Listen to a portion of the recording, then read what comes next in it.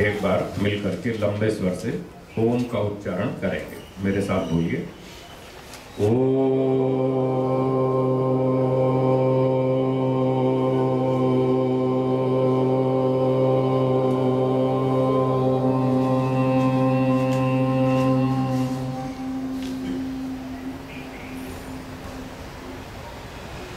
उपस्थित सज्जनों, माताओं और बहनों, मनुष्य जीवन बहुत कठिनाई से मिलता है। संसार में लाखों प्रकार के प्राणी हैं।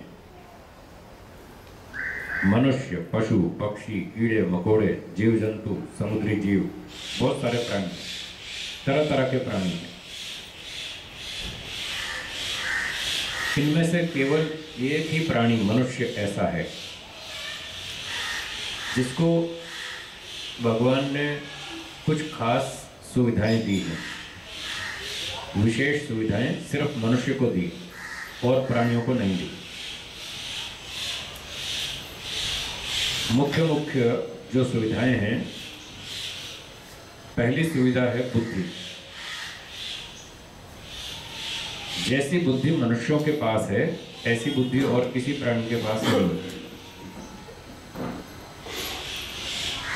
मनुष्य पढ़ लिख कर अच्छे काम करके बुद्धि का जितना विकास कर लेता है, इतना विकास और कोई प्राणी नहीं कर पाता।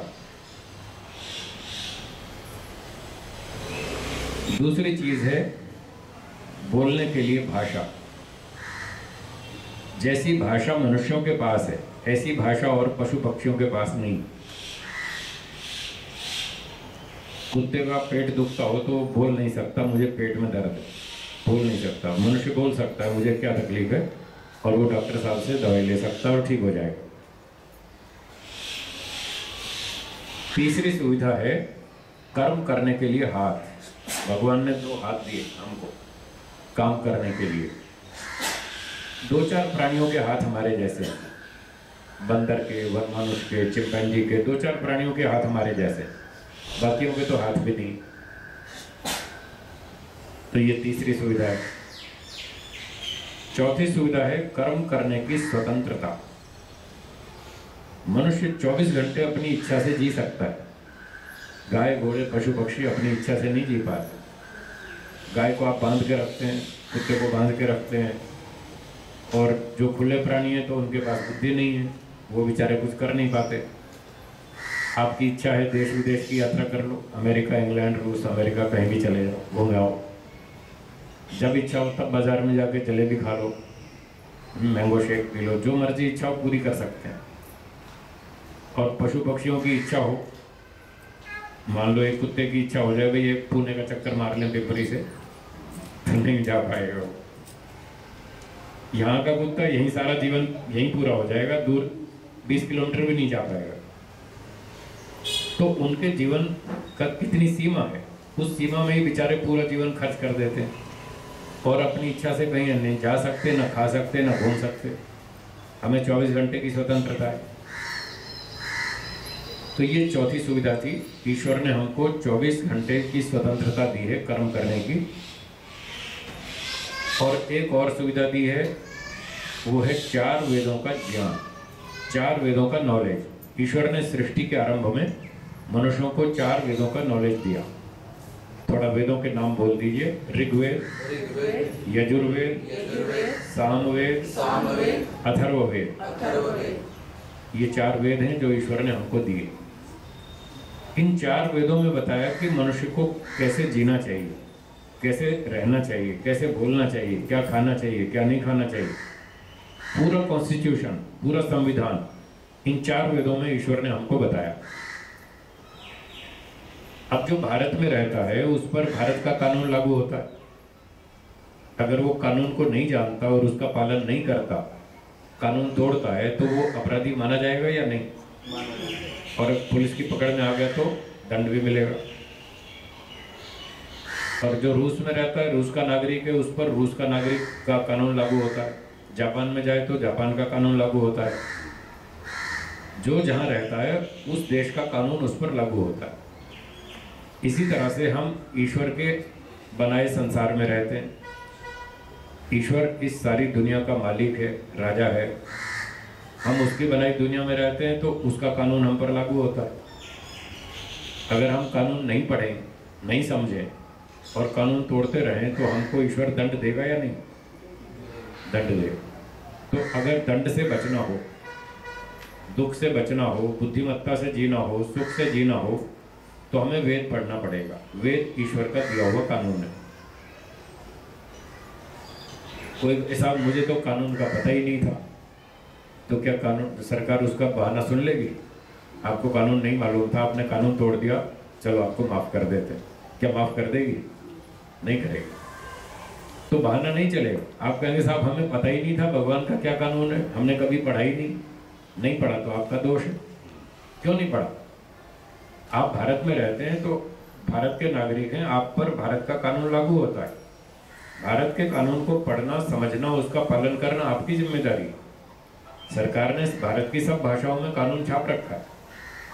हिंदी, अंग्रेजी, गुजराती, मराठी, मलयालम, तमिल, तेलुगु सब भाषाओं में मिलता है। ना तो आप ये बहाना बना सकते कि हमारे पास कानून उपलब्ध नहीं है, न ये बहाना बना सकते हमें पता नहीं था। सरकार ने सब भाषाओं में कानून छाप रखा है, आपकी जिम्मेदारी है वो कानून पढ़ें। नहीं समझ में आता तो किसी वकील की सलाह लें और उससे समझें, समझने की कोशिश करें और कहें साहब हमें समझाइए क्या कानून है हमारे लिए। तो कानून को पढ़ना, समझना, उसका पालन करना हमारी जिम्मेदारी। ऐसे ही हम ईश्वर के देश में रहते हैं, ईश्वर की दुनिया में रहते हैं। उसका कानून 4 वेद है। अगर हम कानून नहीं पढ़ते, नहीं समझते तो हमारी जिम्मेदारी। गलती करेंगे उसका दंड भोगना पड़ेगा।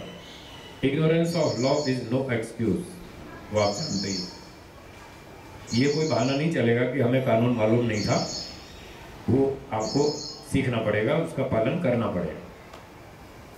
तो वेदों में ईश्वर ने हमको बहुत सारी बातें बताई, कैसे जीना चाहिए, कैसे सोचना चाहिए, कैसे बोलना चाहिए, कैसा व्यवहार करना चाहिए, क्या खाना चाहिए, क्या नहीं खाना चाहिए, ये संसार कैसा है, किसने बनाया, क्यों बनाया, हम कौन हैं, कहाँ से आए, कहाँ जाएंगे, दुनिया में अपना व्यवहार जीवन कैसे चलाएं, ये सब बातें बताई। तो ये बहुत छोटी बिटिया ने अभी आपके सामने बहुत अच्छी अच्छी बातें बताई। तो इसको देखकर आपको समझ में आ गया होगा कि इसके घर में क्या होता है। ये सब माता पिता के, दादा दादी के संस्कार हैं जो उसको सिखाते रहते हैं। तो ऐसा ही बचपन से सब बच्चों को सिखाना चाहिए। ये वेदों की बातें हैं जो उसने बताई। इतनी छोटी उम्र में माता पिता, दादा दादी मेहनत करते हैं, बच्चों को संस्कार देते हैं, तो इससे व्यक्ति का निर्माण अच्छा होता है। तो अभी जैसा बताया कि 4 वेद हैं और उसमें 4 वर्ण हैं, 4 आश्रम हैं। ये सारी व्यवस्था वेदों की व्यवस्था बताई थी। थोड़ा आप भी दोहरा लीजिए मेरे पीछे पीछे। 4 वर्ण हैं, 4 वर्ण हैं, ब्राह्मण, क्षत्रिय, वैश्य, शूद्र। ठीक है। तो वर्ण का मतलब होता है व्यवसाय, ऑक्यूपेशन। आप क्या काम धंधा करते हैं देश के लिए, समाज के लिए, क्या सेवा देते हैं, उसको बोलते हैं वर्ण, व्यवसाय। और उससे देश की सेवा भी हो जाती है और आपको कुछ पैसे भी मिल जाते हैं, अपना खाना पीना खर्चा चल जाए, दोनों काम हो जाते हैं। इसको बोलते हैं व्यवसाय, ऑक्यूपेशन, वर्ण। तो वेद कहते हैं ये जो ऑक्यूपेशन है ये जन्म से नहीं होता है, ये गुण कर्म योग्यता से होता है। ब्राह्मण का बेटा जन्म से ब्राह्मण नहीं माना जाएगा, क्षत्रिय का बेटा जन्म से क्षत्रिय नहीं माना जाएगा। जब तक उसमें क्षत्रिय की योग्यता ना हो, खुद अपनी योग्यता ना हो, तब तक उसको क्षत्रिय नहीं मानना चाहिए। ब्राह्मण के बेटे में जब तक खुद अपनी योग्यता ब्राह्मण की न बन जाए, तब तक उसको ब्राह्मण नहीं मानना चाहिए। शूद्र के बेटे को जन्म से शूद्र नहीं मानना चाहिए। अगर शूद्र का बेटा पढ़ लिख कर मेहनत करके विद्वान बन जाए तो उसको फिर वैसी सुविधा मिलनी चाहिए, ये न्याय है। ब्राह्मण का बेटा यदि पढ़ता लिखता नहीं है और मूर्ख रह गया तो उसको शूद्र बना देना चाहिए। उसको जन्म से ब्राह्मण मानना ये अन्याय है। तो वेदों का ये सिद्धांत है, वर्ण जो हैं वो जन्म से नहीं होते, गुणकर्म योग्यता से होते हैं। उदाहरण के लिए मान लो एक वकील साहब है, और उनके घर में एक बेटा पैदा हुआ, क्या आप वकील साहब के बेटे को जन्म से वकील मान लेंगे? देखो आप नहीं मान रहे ना, बस यही मैं कह रहा हूं। वकील का बेटे को आप जन्म से वकील नहीं मानेंगे, एक डॉक्टर के बेटे को आप जन्म से डॉक्टर नहीं मानेंगे। जब तक वो खुद पढ़ाई लिखाई ना कर ले, खुद मेडिकल साइंस ना पढ़ ले और खुद चिकित्सा करने की योग्यता ना बना ले, तब तक आप उसको डॉक्टर नहीं मानेंगे। साइंटिस्ट के बच्चे को जन्म से आप साइंटिस्ट नहीं मानेंगे जब तक वो खुद साइंस नहीं पढ़ ले। तो न्यायाधीश के बेटे को जन्म से न्यायाधीश नहीं मान लेंगे, उसकी अपनी योग्यता बनेगी तब मानेंगे। तो जिस प्रकार से डॉक्टर का बेटा जन्म से डॉक्टर नहीं होता, वकील का बेटा जन्म से वकील नहीं होता, पायलट का बच्चा जन्म से पायलट नहीं होता, ऐसे ही ब्राह्मण का बेटा जन्म से ब्राह्मण कैसे हो गया? वो भी नहीं होगा। और अगर मानते हैं तो ये गलत है, ये अन्याय है। ऐसा अन्याय करेंगे तो ईश्वर हमको दंड देगा। तो मैंने 40-50 साल वेद पढ़े हैं, इसलिए मैं आपको बताना चाहता हूँ। आपने कम पढ़े, मैंने आपसे ज़्यादा पढ़े, इसलिए मैं बताना चाहता हूँ कि वेदों का सिद्धांत ऐसा है। गलती ना करें, गलती से बचें। जिसकी जैसी गुणकर्म योग्यता हो, पढ़ाई लिखाई हो, क्वालिफिकेशन हो, उस हिसाब से उसको वैसी डिग्री दें और वो वैसा काम करे, वैसा अधिकार दें, तो उससे देश की व्यवस्था ठीक चलेगी। ये तो हो गई वर्ण व्यवस्था। अब है आश्रम व्यवस्था। वर्ण व्यवस्था देश और समाज को चलाने के लिए है कि हम देश के लिए, समाज के लिए क्या करते हैं, जो सेवा देते हैं, वो है वर्ण व्यवस्था। और जो आश्रम व्यवस्था है वो हमारे व्यक्तिगत जीवन के विकास के लिए है, पर्सनल लाइफ। वर्ण व्यवस्था सोशल लाइफ और आश्रम व्यवस्था पर्सनल लाइफ। हम अपने जीवन को व्यक्तिगत रूप से 4 भागों में जीते हैं, 4 भागों में, 4 हिस्सों में जीते हैं। वो आश्रम व्यवस्था कहलाती है। वो 4 आश्रमों के नाम मेरे साथ बोलिए। पहला ब्रह्मचर्य आश्रम, दूसरा गृहस्थ आश्रम, तीसरा वानप्रस्थ आश्रम, चौथा संन्यास आश्रम। ये 4 आश्रम। आश्रम का मतलब है आश्रम। आ का मतलब चारों ओर से, श्रम का मतलब मेहनत। तो आश्रम उसको कहते हैं जहाँ चारों ओर से खूब मेहनत करनी पड़ती है, उसका नाम आश्रम। और ये 4 हिस्से हैं व्यक्ति के जीवन के, 4 आश्रम जिसको बोलते हैं। इसका मतलब उसको पूरे जीवन मेहनत ही मेहनत करनी है। ब्रह्मचारी है तो भी मेहनत करनी है, गृहस्थी है तो मेहनत करनी है, वानप्रस्थी है तो भी मेहनत करनी है, और सन्यासी को भी खूब मेहनत करनी है। चारों को आश्रमों में खूब मेहनत करनी है। तो एक व्यक्ति ने पूछा, सारी जिंदगी मेहनत करनी है तो फिर मौज मजा कब करेंगे, है उसका अवसर कब आएगा? तो वेदों में बताया कि मौज मस्ती करने के लिए तो मोक्ष है। संसार में लोग सुख ढूंढ रहे हैं, बहुत भूल रहे। ये बहुत भ्रांति है लोगों को कि लोग संसार में मौज मस्ती ढूंढ रहे हैं। वो क्या सोचते हैं, हम पैसे कमाएंगे, पार्टी में जाएंगे, पिकनिक मनाएंगे, डांस करेंगे, खाएंगे पिएंगे, नाचेंगे, बस मौज मस्ती होगी। ये तो थोड़ी देर का टाइम पास है, ये कोई मौज मस्ती नहीं है। यहाँ पर सुख एक है और दुख 4 है। हाँ या ना? आपका अनुभव क्या है? आप संसार में केवल सुख चाहते हैं या दुख भी चाहते हैं? हाँ जी, केवल सुख चाहते हैं, दुख नहीं चाहते। चाहते नहीं है, नहीं, बात को समझिए। हम दुख चाहते नहीं है, मजबूरन भोगना पड़ता है, आ जाता है दुख। ये दुख से छूटने की तो बात सुना रहा हूँ कि हम कैसे छूटेंगे, वही तो सुना रहा हूँ। ध्यान से सुनिए। हम संसार में रहते हुए केवल सुख चाहते हैं, दुख बिल्कुल नहीं चाहते, 1 मिनट के लिए भी नहीं चाहते, थोड़ा सा भी नहीं चाहते, लेकिन फिर भी भोगना पड़ता है, आ जाता है दुख। दूसरी बात, हम सुख चाहते हैं। कैसा सुख चाहते हैं? लगातार सुख मिलता रहे, या थोड़ी देर, 5 मिनट, लंबा चाहिए, लगातार चाहिए। दुख बिल्कुल नहीं चाहते, सुख लगातार चाहते। 5 मिनट सुख मिले फिर छूट जाए, ऐसा नहीं चाहते। तीसरी बात, कैसा सुख चाहते हैं? 2 प्रकार का सुख होता है। एक सुख ऐसा होता है जिसको भोगते जाओ, इच्छाएं बढ़ती जाएंगी। एक सुख ऐसा होता है जिसको भोगने से पूरी तृप्ति हो जाएगी, सब इच्छाएं खत्म हो जाएंगी। आपको कैसा सुख चाहिए? दूसरे वाले, जिससे पूरी तृप्ति हो जाए, सब इच्छाएं खत्म हो जाए, ऐसा बढ़िया सुख चाहिए। ऐसा सुख मिलता है? तो फिर वही तो मैं कह रहा हूं, ऐसा सुख नहीं मिलता। हमें जैसा सुख चाहिए वो यहाँ नहीं मिलता। हमें बढ़िया सुख चाहिए जिससे पूरी तृप्ति हो जाए, वो मोक्ष में मिलता है, यहाँ नहीं मिलता। हमें केवल सुख चाहिए, दुख बिल्कुल नहीं चाहिए। ऐसा मोक्ष में हो सकता है, संसार में नहीं हो सकता। और हमें लगातार करोड़ों साल तक सुख चाहिए, ऐसा मोक्ष में हो सकता है, यहाँ नहीं हो सकता। इसलिए ईश्वर ने बताया कि संसार में रहना कोई समझदारी नहीं है, कोई बुद्धिमत्ता नहीं। यहाँ से तो जल्दी निकल लो, फटाफट मोक्ष में जाओ, वहाँ आपको सुख मिलेगा जैसा आप चाहते हैं। और आप दुख से बचना चाहते हैं, यहाँ संसार में रह करके नहीं बच पाएंगे। फटाफट मोक्ष में जाओ, वहाँ आप दुख से छूट जाएंगे। तो ये 4 आश्रम हमको मोक्ष तक ले जाने वाले हैं, स्टेप बाय स्टेप। एक आदमी को साइंटिस्ट बनना है, तो क्या 1 साल में साइंटिस्ट बन जाएगा? नहीं बनेगा ना। लंबी तपस्या करनी पड़ेगी, कई साल उसको मेहनत करनी पड़ेगी। पहली कक्षा से, प्राइमरी क्लास से पढ़ाई शुरू करेगा, तो पहला सिलेबस पढ़ेगा प्राइमरी स्कूल में, 1 2 3 4 5 स्टैंडर्ड प्राइमरी स्कूल, ये एक सेक्शन पूरा हो गया उसका पढ़ाई का। फिर मिडिल स्कूल में जाएगा, 6वीं 7वीं 8वीं, ये दूसरा सेक्शन पूरा हो गया। फिर हाई स्कूल में जाएगा, 9वीं 10वीं 11वीं 12वीं, ये तीसरा सेक्शन पूरा हो गया। फिर कॉलेज में जाएगा, ग्रेजुएशन और पोस्ट ग्रेजुएशन साइंस में, तब जाके वो साइंटिस्ट बनेगा।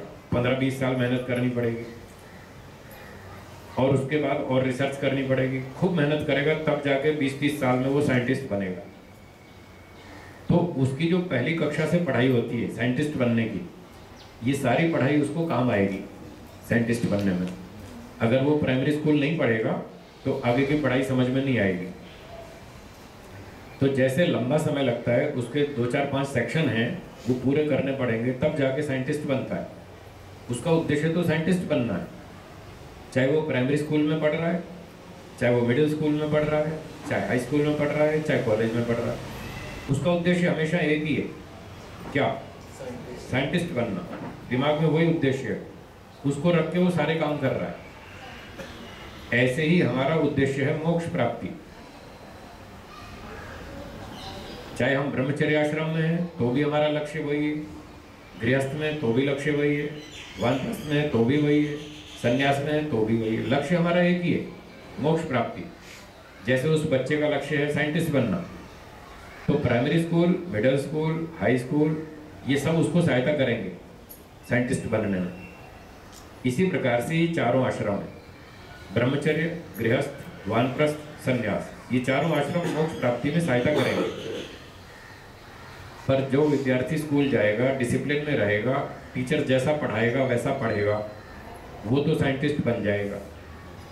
और जो स्कूल नहीं जाएगा, पढ़ाई नहीं करेगा, परीक्षा नहीं देगा, मेहनत नहीं करेगा, क्लास में से छुट्टी मारेगा, और उसकी इच्छा नहीं है मुझे साइंटिस्ट बनने की, तो क्या वो बन पाएगा?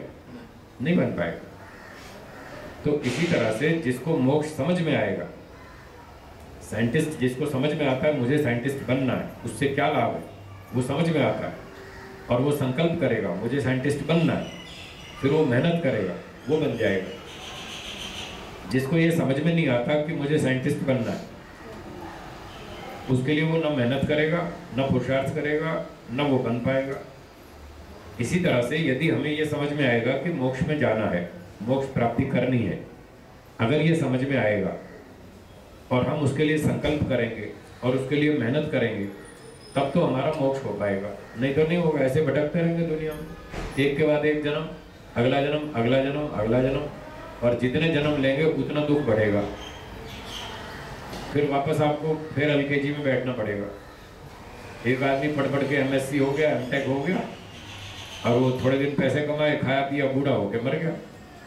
फिर क्या हुआ? फिर अगला जन्म, और वापस फिर एलकेजी में वापस बैठो, ABCD क ख ग घ, फिर दोबारा सीखो सारा 1 2 3 4। तो एमएससी और एमटेक होने का लाभ क्या हुआ? कुछ नहीं।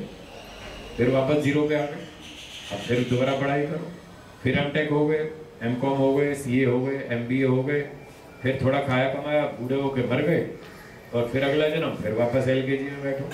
बताइए कितनी समस्या है या नहीं? तो जब तक जन्म लेंगे तब तक ये समस्या हर बार आएगी। हर जन्म में हमको वापस फिर से पढ़ाई करनी पड़ेगी, फिर ABCD दोबारा क ख ग घ दोबारा सीखना पड़ेगा, फिर सारी पढ़ाई करनी पड़ेगी। सर्दी, जुकाम, बुखार, आंधी, तूफान, बाढ़, भूकंप, टीबी, कैंसर, सब बीमारी फिर आएगी, और हर जगह खतरा ही खतरा है। कहीं भी दुख से पूरी तरह छुटकारा नहीं हो पाएगा। अगर आप चाहते हैं हम दुख से पूरी तरह छूट जाएं, ये बार बार का झंझट नहीं आए, सर्दी जुकाम नहीं हो, बुखार नहीं आए, टीबी नहीं हो, कैंसर नहीं हो, हाथ पैर टूटे नहीं, कोई एक्सीडेंट नहीं हो, कोई झूठा आरोप नहीं लगाए, कोई अपमान नहीं करे, कोई अन्याय नहीं करे, कोई हमारी संपत्ति ना छीन ले। अगर आप ऐसा चाहते हैं, इन सारे दुखों से बचना चाहते हैं, तो उसके लिए एक ही रास्ता है, क्या?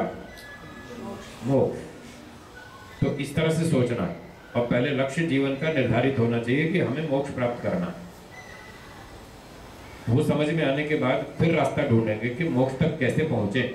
उसके लिए वेदों में ईश्वर ने बताया 4 वर्ण और 4 आश्रम। इस सिस्टम को फॉलो करो, आपका मोक्ष हो जाएगा।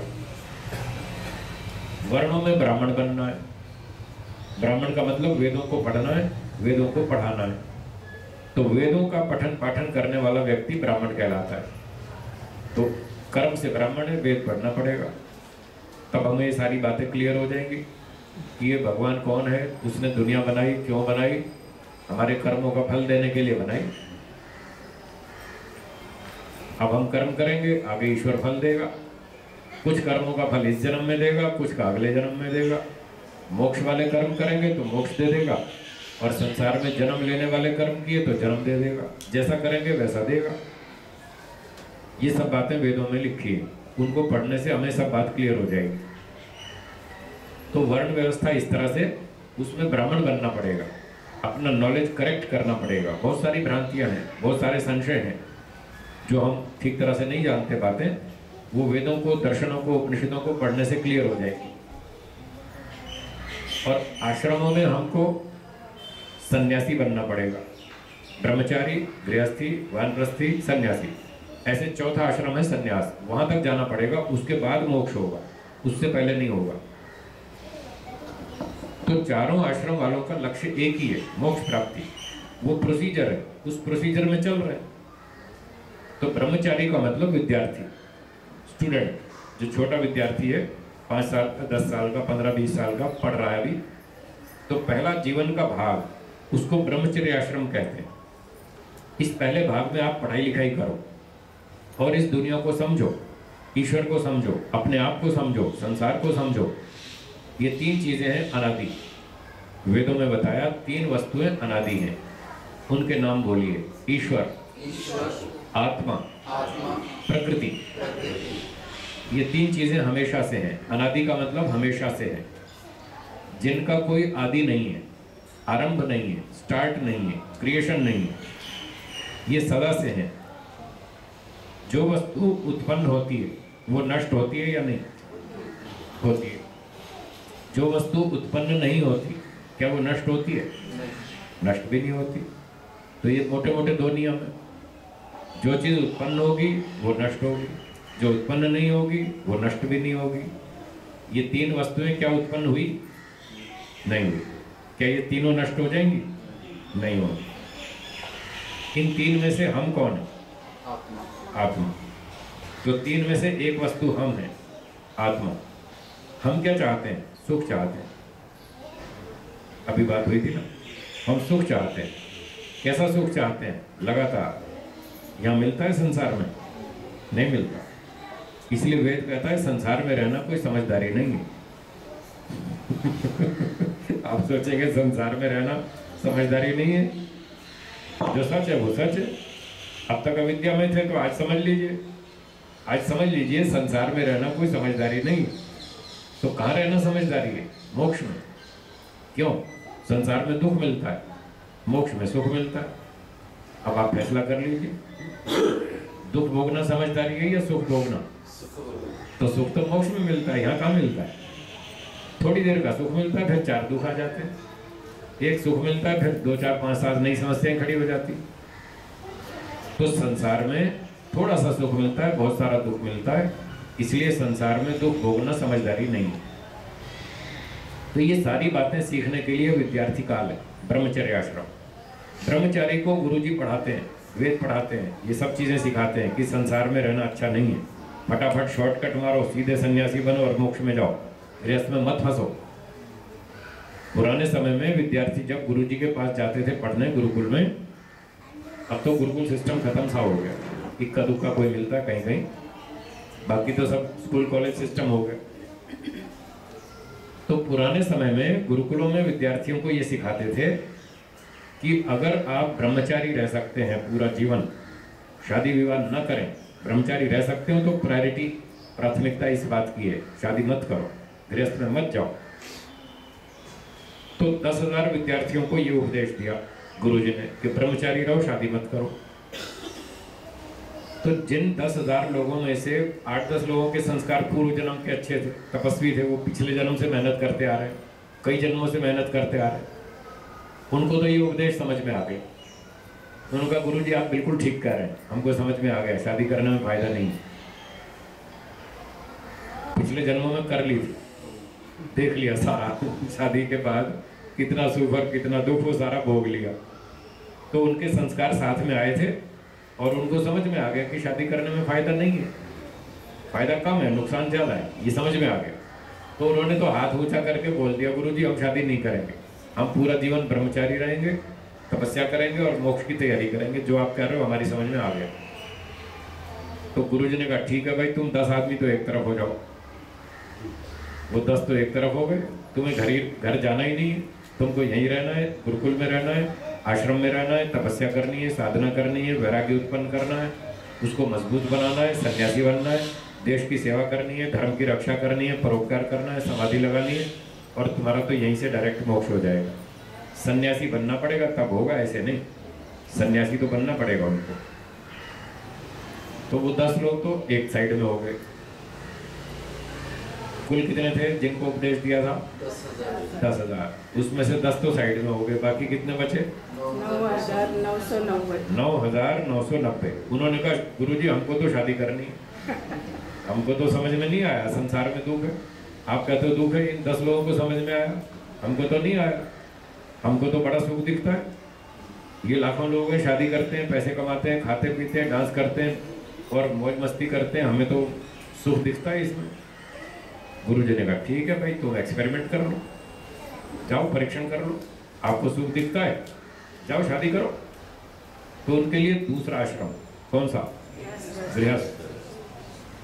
गृहस्थ आश्रम में जाने की छूट मिल गई, जाओ और जाकर के एक्सपेरिमेंट करो, परीक्षण करो। आपको ऐसा लगता है गृहस्थ में बहुत सुख है, 25 साल का टाइम दे रहे हैं आपको, 25 साल जाओ एक्सपेरिमेंट करो, कितना सुख और कितना दुख सब समझ में आ जाएगा। तो आप में से जिन लोगों की शादी हो चुकी और 25 साल पूरे हो गए तो उनको समझ में आ गया होगा कितना सुख है कितना दुख है। आ गया ना समझ में? तो गृहस्थ आश्रम इसलिए, गृहस्थ आश्रम मौज मस्ती के लिए नहीं है, अपनी भ्रांति को दूर कीजिए। यहाँ कोई सुख नहीं है, एक सुख मिलता है, 4 दुख मिलते हैं, 5 मिनट का सुख मिलता है, 25 दिन की टेंशन है, थोड़ा सा सुख मिलता है, फिर पीछे दुख ही दुख है। तो इस परीक्षण के लिए गृहस्थ आश्रम में जाने की छूट मिली और 25 साल का टाइम मिला। 25 साल में एक्सपेरिमेंट कर लो, शादी कर लो, बच्चे पैदा कर लो, पालन पोषण कर लो, खिलाओ पिलाओ, उनको विद्वान बनाओ। जब वो अपने पाँव पर खड़े हो जाए और आपका परीक्षण भी हो जाए कि संसार में सुख मिला या दुख मिला, फिर वापस तीसरे आश्रम में आ जाना, वानप्रस्थ में। चलो आगे वानप्रस्थ में जाओ, फिर साधना करो, तपस्या करो। लक्ष्य आपका क्या था, बस वो याद रखना, लक्ष्य नहीं भूलना। अगर लक्ष्य भूल गए तो मतलब भटक गए। एक आदमी घर से निकला कपड़ा खरीदने और मार्केट में गया पूना में, और इधर देखा उधर देखा, उस दुकान घूमा, उसको बढ़िया गरम गरम जलेबी दिख गई और वो जलेबी खाने लग गया। फिर बच्चों के खिलौनों की दुकान दिख गई, उसने खिलौने खरीद लिए बच्चों के लिए और घूम फिर के शाम को घर आ गया। घर वाले ने पूछा भाई कपड़ा ले आए? ओहो वो तो मैं भूल ही गया। तो फिर किस लिए गए थे? जलेबी खाने गए थे। जिस काम के लिए गए थे वो तो किया ही नहीं, तो आपका तो सोने का चक्कर बेकार हो गया। तो लक्ष्य अगर भूल गए तो हम भटक गए। इसी तरह से संसार में हम आए, जन्म लिया, किस लिए आए, क्या लक्ष्य था, मोक्ष। और मोक्ष तो हम भूल ही गए। हम तो सोने में, चांदी में, फैशन में, पार्टी में, खाने में, पीने में, डांस में और इधर उधर रिश्तेदारी में उलझ गए, पैसे कमाने में, डिग्रियां लेने में, इसी में उलझ गए और मोक्ष तो भूल ही गए। तो हमारा संसार में चक्कर आना, चक्कर लगाना, संसार में जन्म लेना बेकार गया। जैसे आपका पूना का ट्रिप बेकार गया, यदि आप कपड़ा खरीद के नहीं लाए तो जिस काम से गए थे वो तो किया ही नहीं, तो आपका ट्रिप बेकार गया। तो संसार में करोड़ों व्यक्ति जन्म ले रहे हैं, किस लिए ले रहे हैं, मोक्ष प्राप्ति के लिए, लेकिन वो भूल चुके हैं कि हमें मोक्ष में जाना था, लक्ष्य भूल गए। तो ये सब इनका जन्म लेना व्यर्थ है। ये वेद कहता है, मैं नहीं कह रहा हूँ, मैं अपनी बात कुछ नहीं कहता हूँ। मैं भी मनुष्य हूँ, आप भी मनुष्य हैं, मैं भी गलती कर सकता हूँ, आप भी गलती कर सकते हैं, इसलिए मैं अपनी बात तो कहता ही नहीं। मैं अपनी बात कहता ही नहीं क्योंकि मुझसे गलती हो सकती है, तो गलती करना अच्छा नहीं है, इसलिए मैं अपनी बात तो पैक रखता हूँ। जो वेद की बात है वो कहता हूँ, जो ऋषियों की बात है वो कहता हूँ, अपनी नहीं कहता। तो वेदों में ये बताया कि यदि आप मोक्ष लक्ष्य लेकर नहीं चल रहे तो आपका जीवन व्यर्थ है, कुछ नहीं कमाया आपने। एक जन्म लो या 1 करोड़ जन्म लो, हर बार स्कूल जाओ, पैसे कमाओ, खाओ पियो, बूढ़े होके मर जाओ, लाभ क्या हुआ, फिर अगला जन्म, अब फिर स्कूल जाना पड़ेगा, तो बेकार हुआ ना। तो हमें याद रखना है हमारा लक्ष्य मोक्ष प्राप्ति है, उसको भूलना नहीं। गृहस्थ में आए थे सिर्फ एक्सपेरिमेंट करने के लिए कि यहाँ कितना सुख और कितना दुख। जब परीक्षण हो गया, रिजल्ट आ गया कि यहाँ सुख कम मिला और दुख अधिक मिला, तो छोड़ो इसको, चलो वानप्रस्थ में, फिर साधना करो, फिर ईश्वर को समझने की कोशिश करो, फिर मोक्ष की प्राप्ति के लिए तपस्या करो, वैराग्य उत्पन्न करो, शास्त्रों का अध्ययन करो, साधना करो। तो पहला आश्रम कौन सा था, ब्रह्मचर्य। उसमें व्यक्ति अपना विकास करता है, पर्सनल डेवलपमेंट, व्यक्तिगत विकास उसमें प्रमुख है, पढ़ना लिखना सीखना।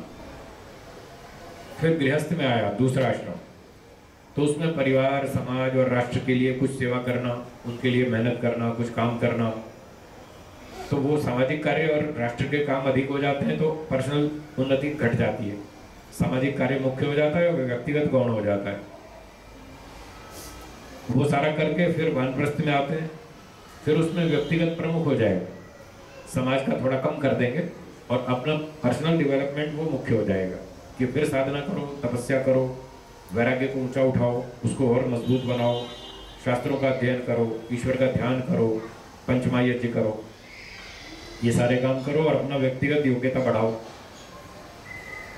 और जब 15-20 साल, जितना भी, कोई 10 साल में, कोई 20 साल में, जब भी उसकी तैयारी हो जाए, वानप्रस्थ में ऊंचा वैराग्य हो गया, अब संन्यास लो, चौथा आश्रम, फिर संन्यास आता है। तो फिर संन्यास लेकर के अब फिर सामाजिक कार्य प्रमुख हो जाएगा, समाज सेवा, प्रचार आदि, और व्यक्तिगत गौण हो जाएगा। तो ये आश्रम व्यवस्था वेदों में बताई गई। 2 आश्रम व्यक्तिगत जीवन की प्रमुखता से, 2 आश्रम सामाजिक जीवन की प्रमुखता से, ब्रह्मचारी और वानप्रस्थी, ये 2 व्यक्ति अपना व्यक्तिगत विकास मुख्य रूप से करेंगे, सामाजिक कार्य गौण कम करेंगे। गृहस्थी और सन्यासी ये समाज का मुख्य करेंगे, अपना कम करेंगे, क्योंकि अपना बहुत सा कर चुके। तो चौथा आश्रम सन्यास, उसमें फिर व्यक्ति परोपकार करता है, देश विदेश में प्रचार करता है, लोगों को यही बातें सिखाता है जो मैं आपको सुना रहा हूँ। ये पूरा सिस्टम बताता है, लोगों को जागृत करता है कि आपको मोक्ष में जाना है, वही लक्ष्य रखें और उस लक्ष्य को भूलना नहीं, उसको याद रखना है। और संसार में रहते हुए जब तक आप गृहस्थ में हैं तब तक दुखों से बचकर जिए। अगर हम संसार में सावधानी से चलेंगे तो दुख कम से कम आएगा, लापरवाही करेंगे तो बहुत सारा दुख भोगना पड़ेगा यहाँ जीते हुए जी भी। जैसे आप सड़क पर चलते हैं तो वहाँ क्या लिखा है, सावधानी हटी और दुर्घटना घटी, यानी सड़क पे आपको बहुत सावधानी से चलना पड़ेगा। जरा भी लापरवाही की तो तुरंत एक्सीडेंट ठोक देगा कोई, या आप भी गलती कर सकते हैं, दूसरा भी कर सकता है, तो आपको चोट लगेगी, नुकसान होगा। जैसे सड़क पर हमको सावधानी से चलना होता है तो हम बहुत सारी दुर्घटनाओं से, दुखों से बच सकते हैं। ऐसे ही गृहस्थ जीवन में यदि बुद्धिमत्ता से जिए, सावधानी से जिए, तो हम बहुत सारी दुर्घटनाओं से और दुखों से बच सकते हैं और कुछ अच्छी तरह सुख से थोड़ा बहुत जितना भी पॉसिबल है उतना सुख प्राप्त कर सकते हैं। तो उसके लिए क्या करें? उसके लिए 5 कार्य बताए ईश्वर ने कि अपने गृहस्थ को अच्छा बनाने के लिए लक्ष्य वही रखना है, मोक्ष। अंधाधुंध भोग भोगना ये लक्ष्य नहीं है। आंख बंद करके भोगे जाओ संसार को, ये पद्धति ठीक नहीं है। संसार के सुख केवल इसलिए भोगने, परीक्षण करने के लिए, इसमें हमारी तृप्ति हुई या नहीं हुई, बस। तो वो भी करते रहिए, कोई बात नहीं।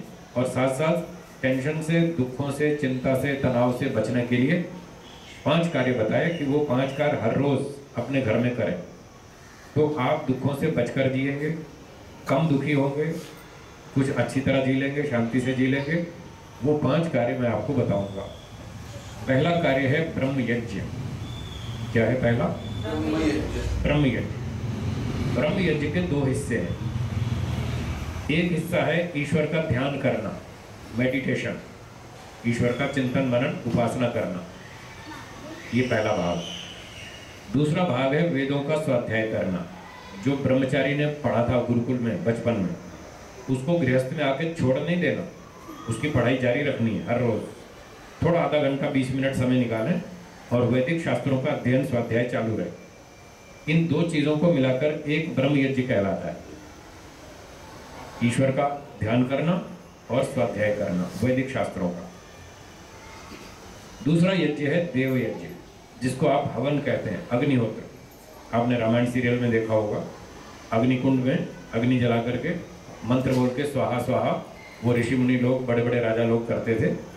तो वो जो हवन करते हैं अग्निहोत्र, वो दैनिक यज्ञ, वो दैव यज्ञ कहलाता है। उसको हर रोज अपने घर में करना चाहिए। नियम तो है 2 बार होना चाहिए, पर 2 बार टाइम नहीं है तो 1 बार करें, कम से कम 1 बार तो होना चाहिए, ठीक है। ये हो गया दूसरा।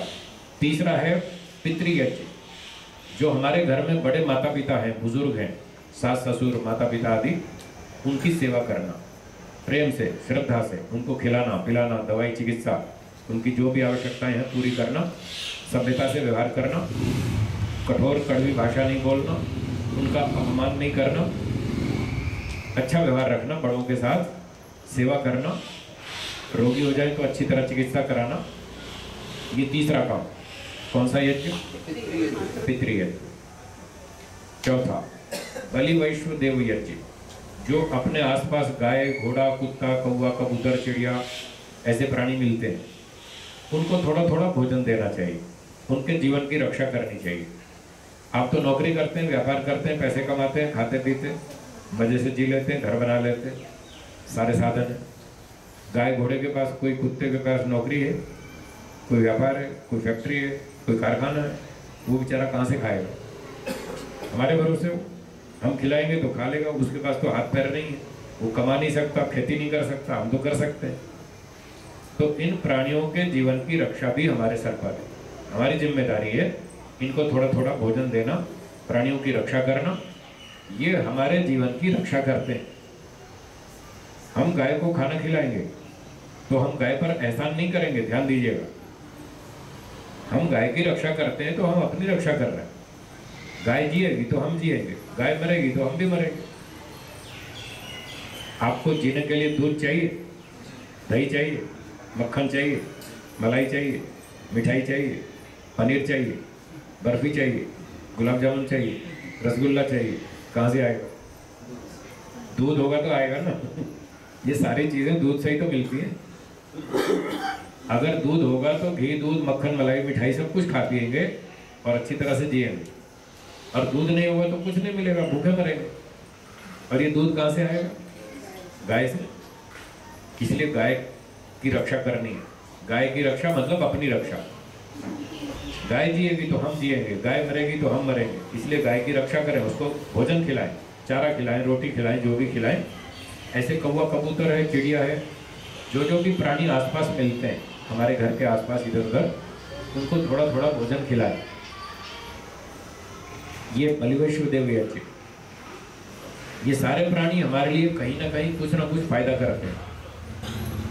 हम समझते हैं नहीं समझते, वो हमारी समस्या है।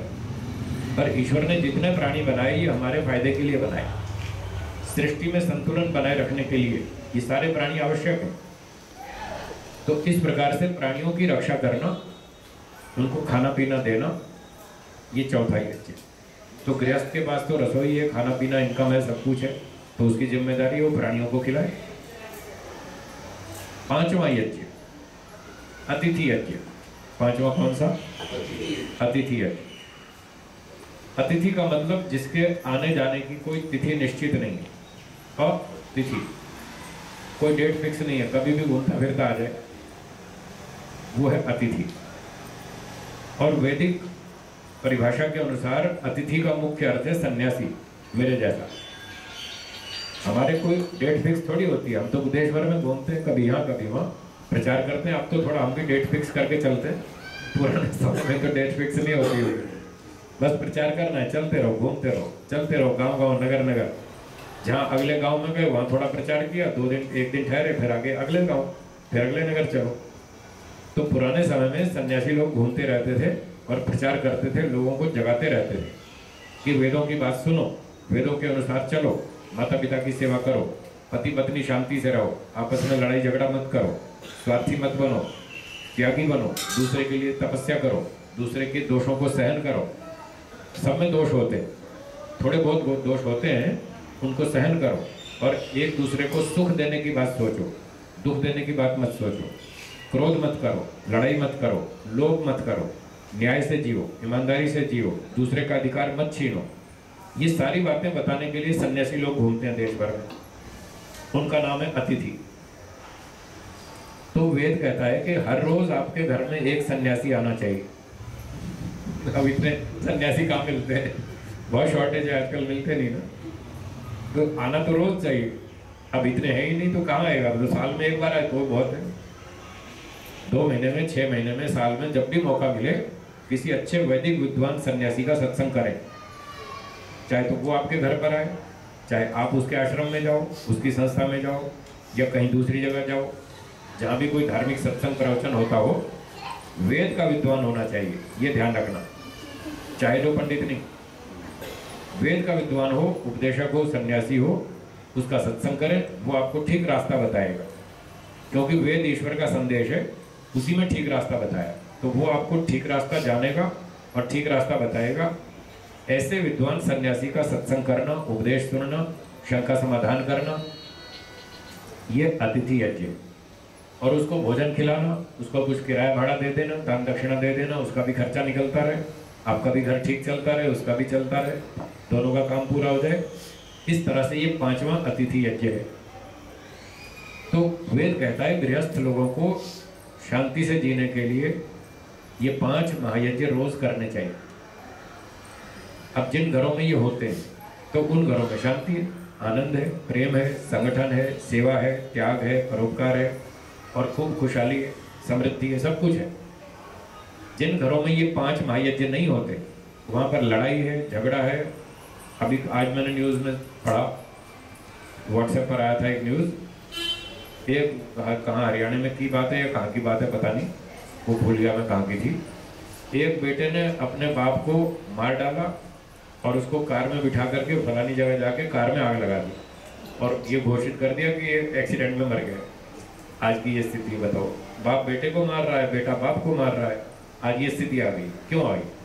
ये अतिथि यज्ञ नहीं किया, सन्यासियों का सत्संग नहीं किया, बाप बेटे का रिश्ता भूल गए, बड़ों का आदर सम्मान भूल गए, इसलिए ये परिणाम आ रहा है। आप रोज देखते हैं, समाचार रोज आते हैं टेलीविजन में, अखबार में, रेडियो में कि ये सब घटनाएं हो रही। ये क्यों होती है? इसीलिए होती है हमने 5 महायज्ञ छोड़ दिए, अपना कर्तव्य भूल गए, अपना रिश्ता भी भूल गए, आदर सेवा सम्मान सब भूलते जा रहे हैं। सब पश्चिमी सभ्यता हमारे जीवन में आ रही, सब नकल कर रहे हैं हम वेस्टर्न कल्चर की, तो वो हानिकारक है, उससे बच के रहें। अपनी वैदिक सभ्यता से जिए, बड़ों का आदर सम्मान करें, सेवा करें, 5 महायज्ञ करें, तो हम ठीक रास्ते पर चलेंगे, लक्ष्य हमें याद रहेगा, हम भटकेंगे नहीं और ठीक जीवन अच्छी तरह से जिएंगे। फिर भी कभी कभी मान लो पति पत्नी में कुछ ऊंचा नीचा हो जाता है, तो सन्यासी विद्वान आपके घर आता ही है। जब आए तो उसको अपनी समस्या सुना दो कि कल रात को हमारा झगड़ा हुआ, वो सन्यासी को बताओ वो सुनेगा और वो न्याय कर देगा, आपका वहीं झगड़ा निपटा देगा। 1 दिन में 2 दिन में मामला निपट जाएगा, कोर्ट केस की नौबत नहीं आएगी। कोर्ट में जाएंगे तो 10 साल केस चलेगा, कई लाख रुपए का खर्चा होगा, फिर रिश्ता भी टूटेगा, द्वेष भी हो जाएगा, तो लाभ क्या।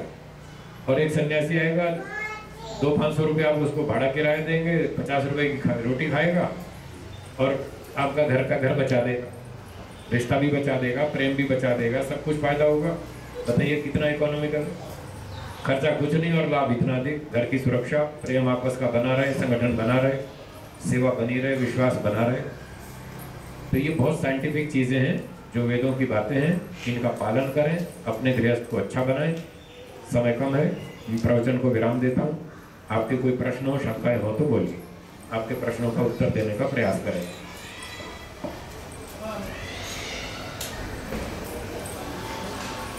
जिनको भी प्रश्न पूछना हो पूछ सकते हैं।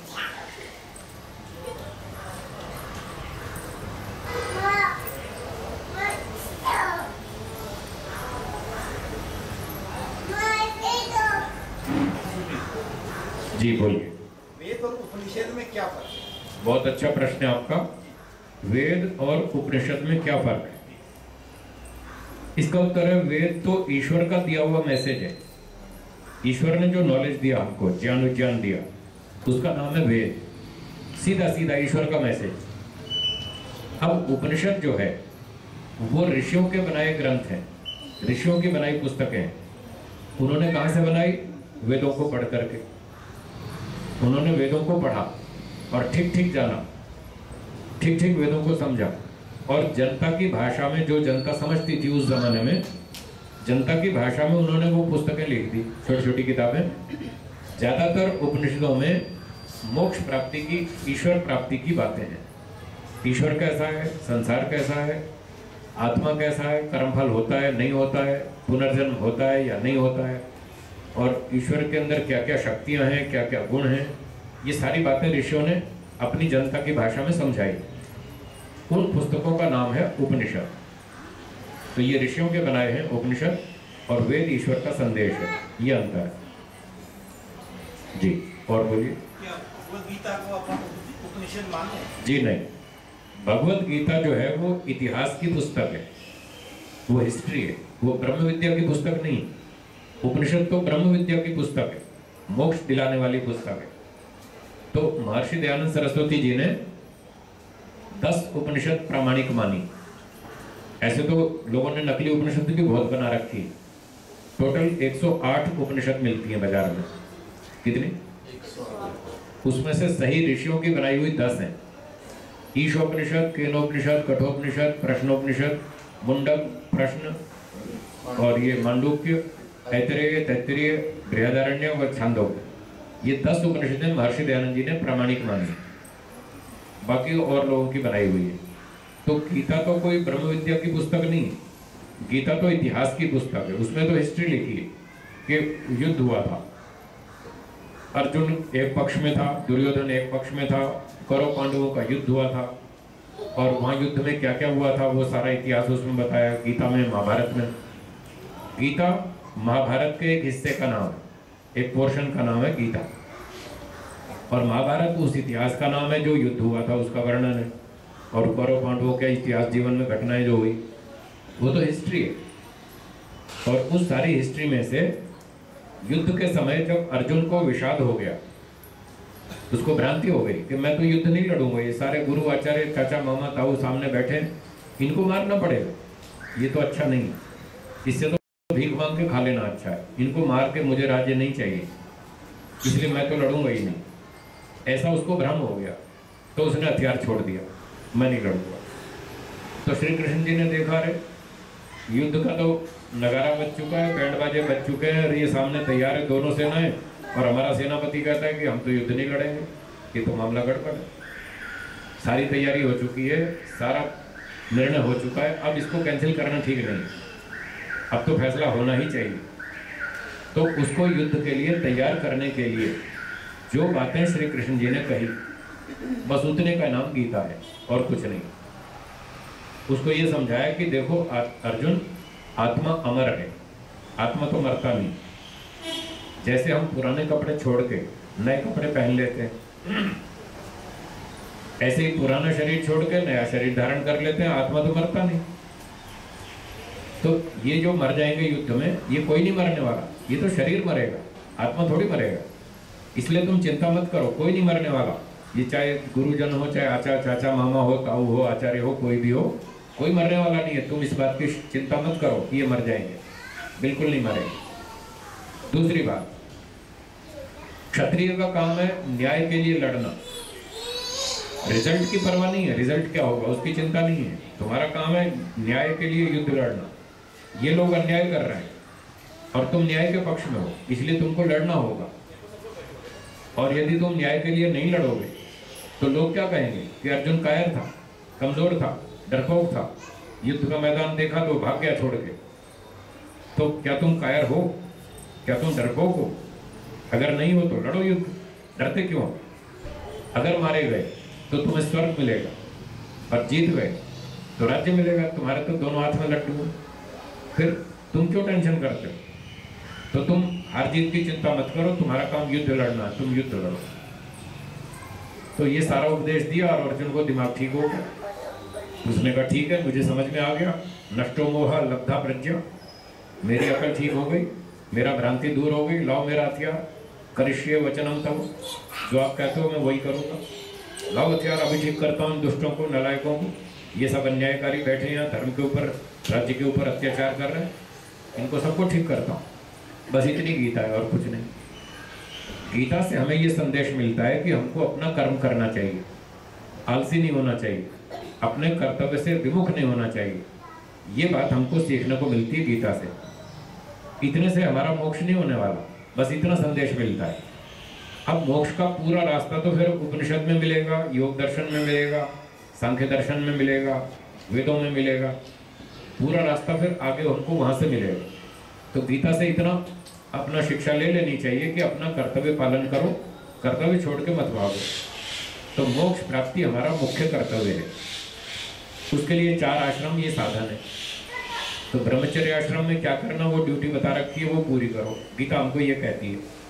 और अगर गृहस्थ में आए तो पंचमा यज्ञ करो, ये आपकी ड्यूटी बनती है, ये हमको गीता कहती है। वानप्रस्थ में आए तो साधना करो, तपस्या करो, जंगल में जाओ, गीता हमको ये सिखाती है।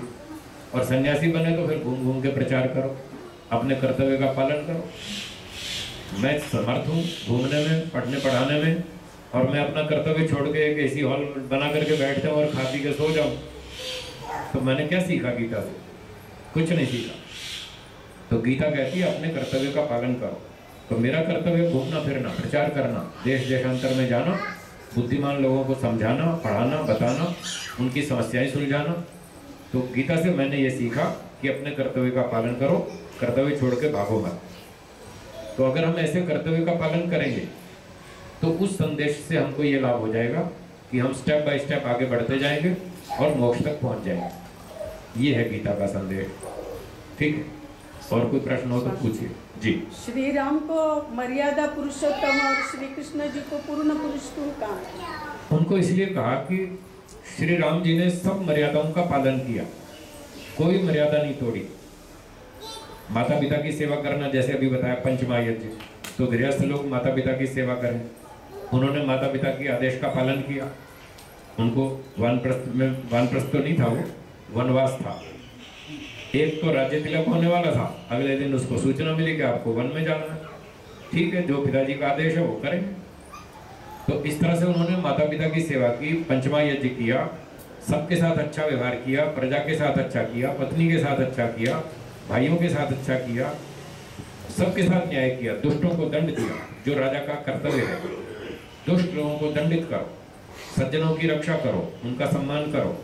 तो जो अच्छे लोग थे, ऋषि मुनि थे, विद्वान थे, ब्राह्मण थे, तपस्वी थे, देश के अच्छे रक्षक थे, उनको सबको सम्मानित किया। और जो जितने दुष्ट लोग थे, रावण जैसे, खरदूषण जैसे, और जो जो भी उनकी सेना में थे, उनको सबको ठिकाने लगा दिया, सबको दंड दिया। तो उन्होंने कोई मर्यादा नहीं तोड़ी, इसलिए उनको मर्यादा पुरुषोत्तम कहते हैं। और श्री कृष्ण जी ने भी पूरा जीवन न्याय किया, उन्होंने भी अन्याय नहीं किया, किसी के साथ भी नहीं किया। शुरू से सबसे पहला उन्होंने कंस को ठीक ठाक कर दिया, जो सगा मामा था, रिश्तेदारी नहीं देखी, कि ये दुष्ट है, प्रजा को तंग करता है, अन्यायकारी है, इसको उड़ाओ। जब तक ये जिएगा धरती पे न्याय नहीं होगा और प्रजा को दुख मिलता रहेगा। तो जितने दुखदायी लोग थे, अन्यायकारी थे, चाहे वो शिशुपाल थे, जरासंध थे और दुर्योधन था और उनकी पूरी कौरव सेना और कंस आदि जो भी थे, सबको ठीक ठीक कर दिया। तो उन्होंने भी पूरा न्याय की स्थापना की, प्रजा की रक्षा की, सज्जनों का सम्मान किया, अच्छे काम किए, इसलिए हम उनका सम्मान करते हैं, उनका सम्मान करना चाहिए, इसलिए हम उनको अच्छा मानते हैं दोनों को। ऐसे और भी बहुत सारे लोग हुए जिन्होंने देश धर्म की रक्षा की, सेवा की, उनका सम्मान करना चाहिए। राम और कृष्ण के वेदों को मानने वाले थे। हाँ जी, बिल्कुल मानते थे, दोनों वेद के विद्वान थे, वेद के अनुसार उन्होंने जीवन जिया। आप श्री कृष्ण जी का इतिहास भी देख सकते हैं, हमने तो उनके चित्र भी बनाए, हमारी संस्था से चित्र भी बनाए गए। श्री राम जी बैठे ध्यान कर रहे हैं, श्री कृष्ण जी हवन कर रहे हैं, वो भी ध्यान कर रहे हैं। तो वो वेदों को पढ़ते थे, वेदों को मानते थे, वेदों के अनुसार उन्होंने अपना जीवन जिया, वेदों के अनुसार शासन किया। वो दोनों राजा थे, क्षत्रिय थे, बहुत बढ़िया जीवन जिया उन्होंने। तो उनके जीवन से हमको ये प्रेरणा लेनी चाहिए। वो वेद पढ़ते थे, हम भी पढ़ेंगे। वो हवन करते थे, हम भी करेंगे। वो ईश्वर का ध्यान करते थे, हम भी करेंगे। वो न्याय से चलते थे, हम भी न्याय से चलेंगे, किसी पर अन्याय नहीं करेंगे, चाहे घर का हो, बाहर का हो, मित्र हो, साथी हो, पड़ोसी हो, दुश्मन हो, कोई भी हो, न्याय से व्यवहार करेंगे। तो इस तरह से हम उनके जीवन से ये बातें सीख सकते हैं। और कोई प्रश्न? बोलिए। पंचमहायज्ञ आपने बताया ना? हाँ, फिर से दोहराओ। हाँ, पहला यज्ञ है ब्रह्म यज्ञ, बोलिए। ब्रह्म यज्ञ। दूसरा है देव यज्ञ, तीसरा है पितृ यज्ञ, चौथा है बलि वैश्व देव यज्ञ और पांचवा है अतिथि यज्ञ। ये है 5 यज्ञ। थोड़ा कर्म फल सिद्धांत जरा लोगों में गलत ये है, तो थोड़ा उसके बारे में बताइए।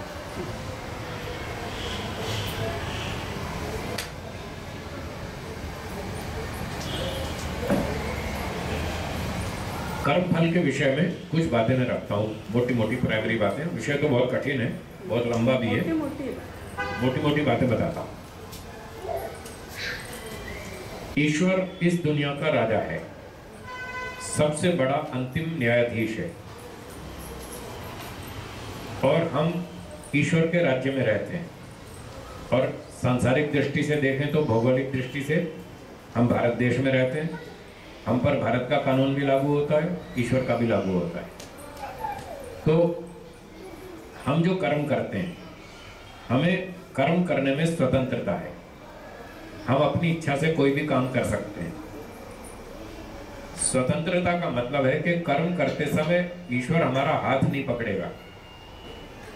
काम करने की छूट दे रखी है, आप जो मर्जी करो, सही करो, गलत करो, जो भी करो। लेकिन ईश्वर की ओर से सुझाव ये है कि आपको गलत काम नहीं करना चाहिए, सही काम करना चाहिए। जैसे आप स्कूल में जाते थे, पढ़ाई करते थे, परीक्षा देते थे, मान लो 12वीं का बोर्ड का एग्जाम है, 3 घंटे की परीक्षा है, आपको प्रश्न पत्र मिल गया, तो सूचना मिली ये आंसर शीट है, 3 घंटे का समय है, आप उत्तर लिखिए, उसमें 8-10 प्रश्न है। तो आपकी इच्छा है, आप पहले तीसरा लिखें, पहले दूसरा लिखें, पहले 8वां लिखें, जो मर्जी लिखें।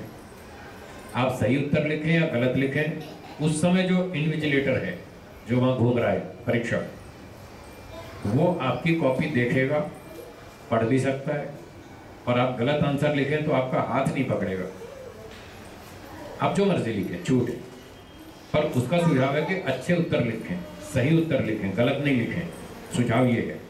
आगे आपकी इच्छा है, आप सही लिखें, गलत लिखें, चाहे आप उस परीक्षक को गालियाँ लिखें तो भी वो नहीं रोक सकता, आपका हाथ नहीं पकड़ सकता, तुम क्या लिख रहे हो, लिखो जो लिखना, 3 घंटे तक तुम्हारी छूट है।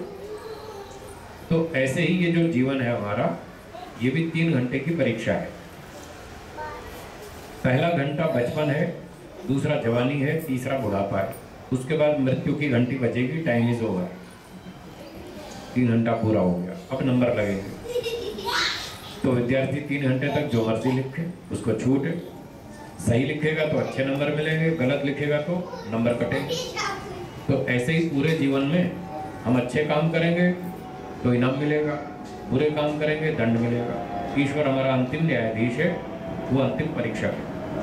अब हम स्वतंत्र हैं, सच बोले झूठ बोले हमारी मर्जी। तो ईश्वर की कर्मफल व्यवस्था को समझना है। हम जो भी कर्म करते हैं उन कर्मों का फल व्यवस्था ये है कि यदि अच्छे काम करेंगे तो अच्छा फल मिलेगा। कुछ मोटे मोटे नियम आप भी दोहराइए मेरे साथ। पहला नियम, अच्छे कर्म का अच्छा फल। अच्छे कर्म का अच्छा फल। दूसरा नियम, बुरे कर्म का बुरा फल। बुरे कर्म का बुरा फल।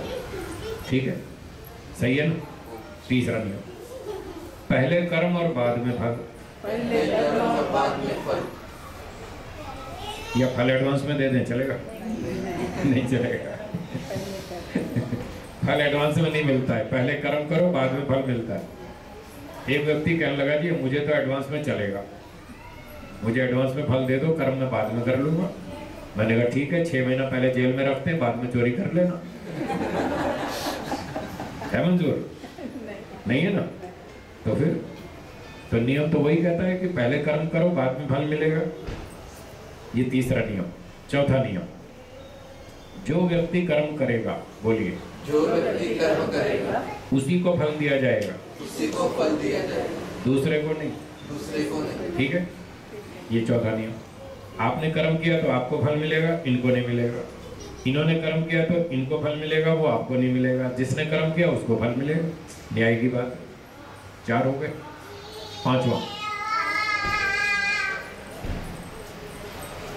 जितना कर्म करेंगे, बोलिए, जितना कर्म करेंगे उसी हिसाब से फल मिलेगा। उसी हिसाब से फल मिलेगा, न कम न ज्यादा। न कम न ज्यादा। आपने 1 महीना नौकरी की, कितने महीने की तनख्वाह मिलेगी? 1 महीने। 10 साल की नहीं मिलेगी। 10 साल नौकरी की तो 10 साल की तनख्वाह मिलेगी, 40 साल की नहीं मिलेगी। जितना कर्म उतना फल। ये 5वां नियम। 6ठा नियम, यदि कर्म किया है यदि कर्म किया तो फल अवश्य मिलेगा, तो फल अवश्य मिलेगा, माफी नहीं। माफी नहीं। हाँ, इसको याद कर लेना अच्छी तरह, ये खतरनाक नियम है। अच्छा कर्म कर। माफी नहीं है। अच्छा किया तो अच्छा मिलेगा, घोटाला किया तो दंड मिलेगा, माफी कुछ नहीं। ईश्वर के यहाँ माफी नहीं होती है, वहाँ तो न्याय होता है। न्याय का मतलब यही है, अच्छे कर्म का अच्छा फल, बुरे कर्म का। अगर माफ कर दे तो पहला दूसरा नियम फेल हो गया। अगर आपने पाप गड़बड़ कर दी, पाप कर दिया, झूठ बोल दिया, चोरी कर ली और कहो हे भगवान मुझे माफ कर देना, और वो माफ कर दे, तो पहला दूसरा नियम तो फेल हो गया।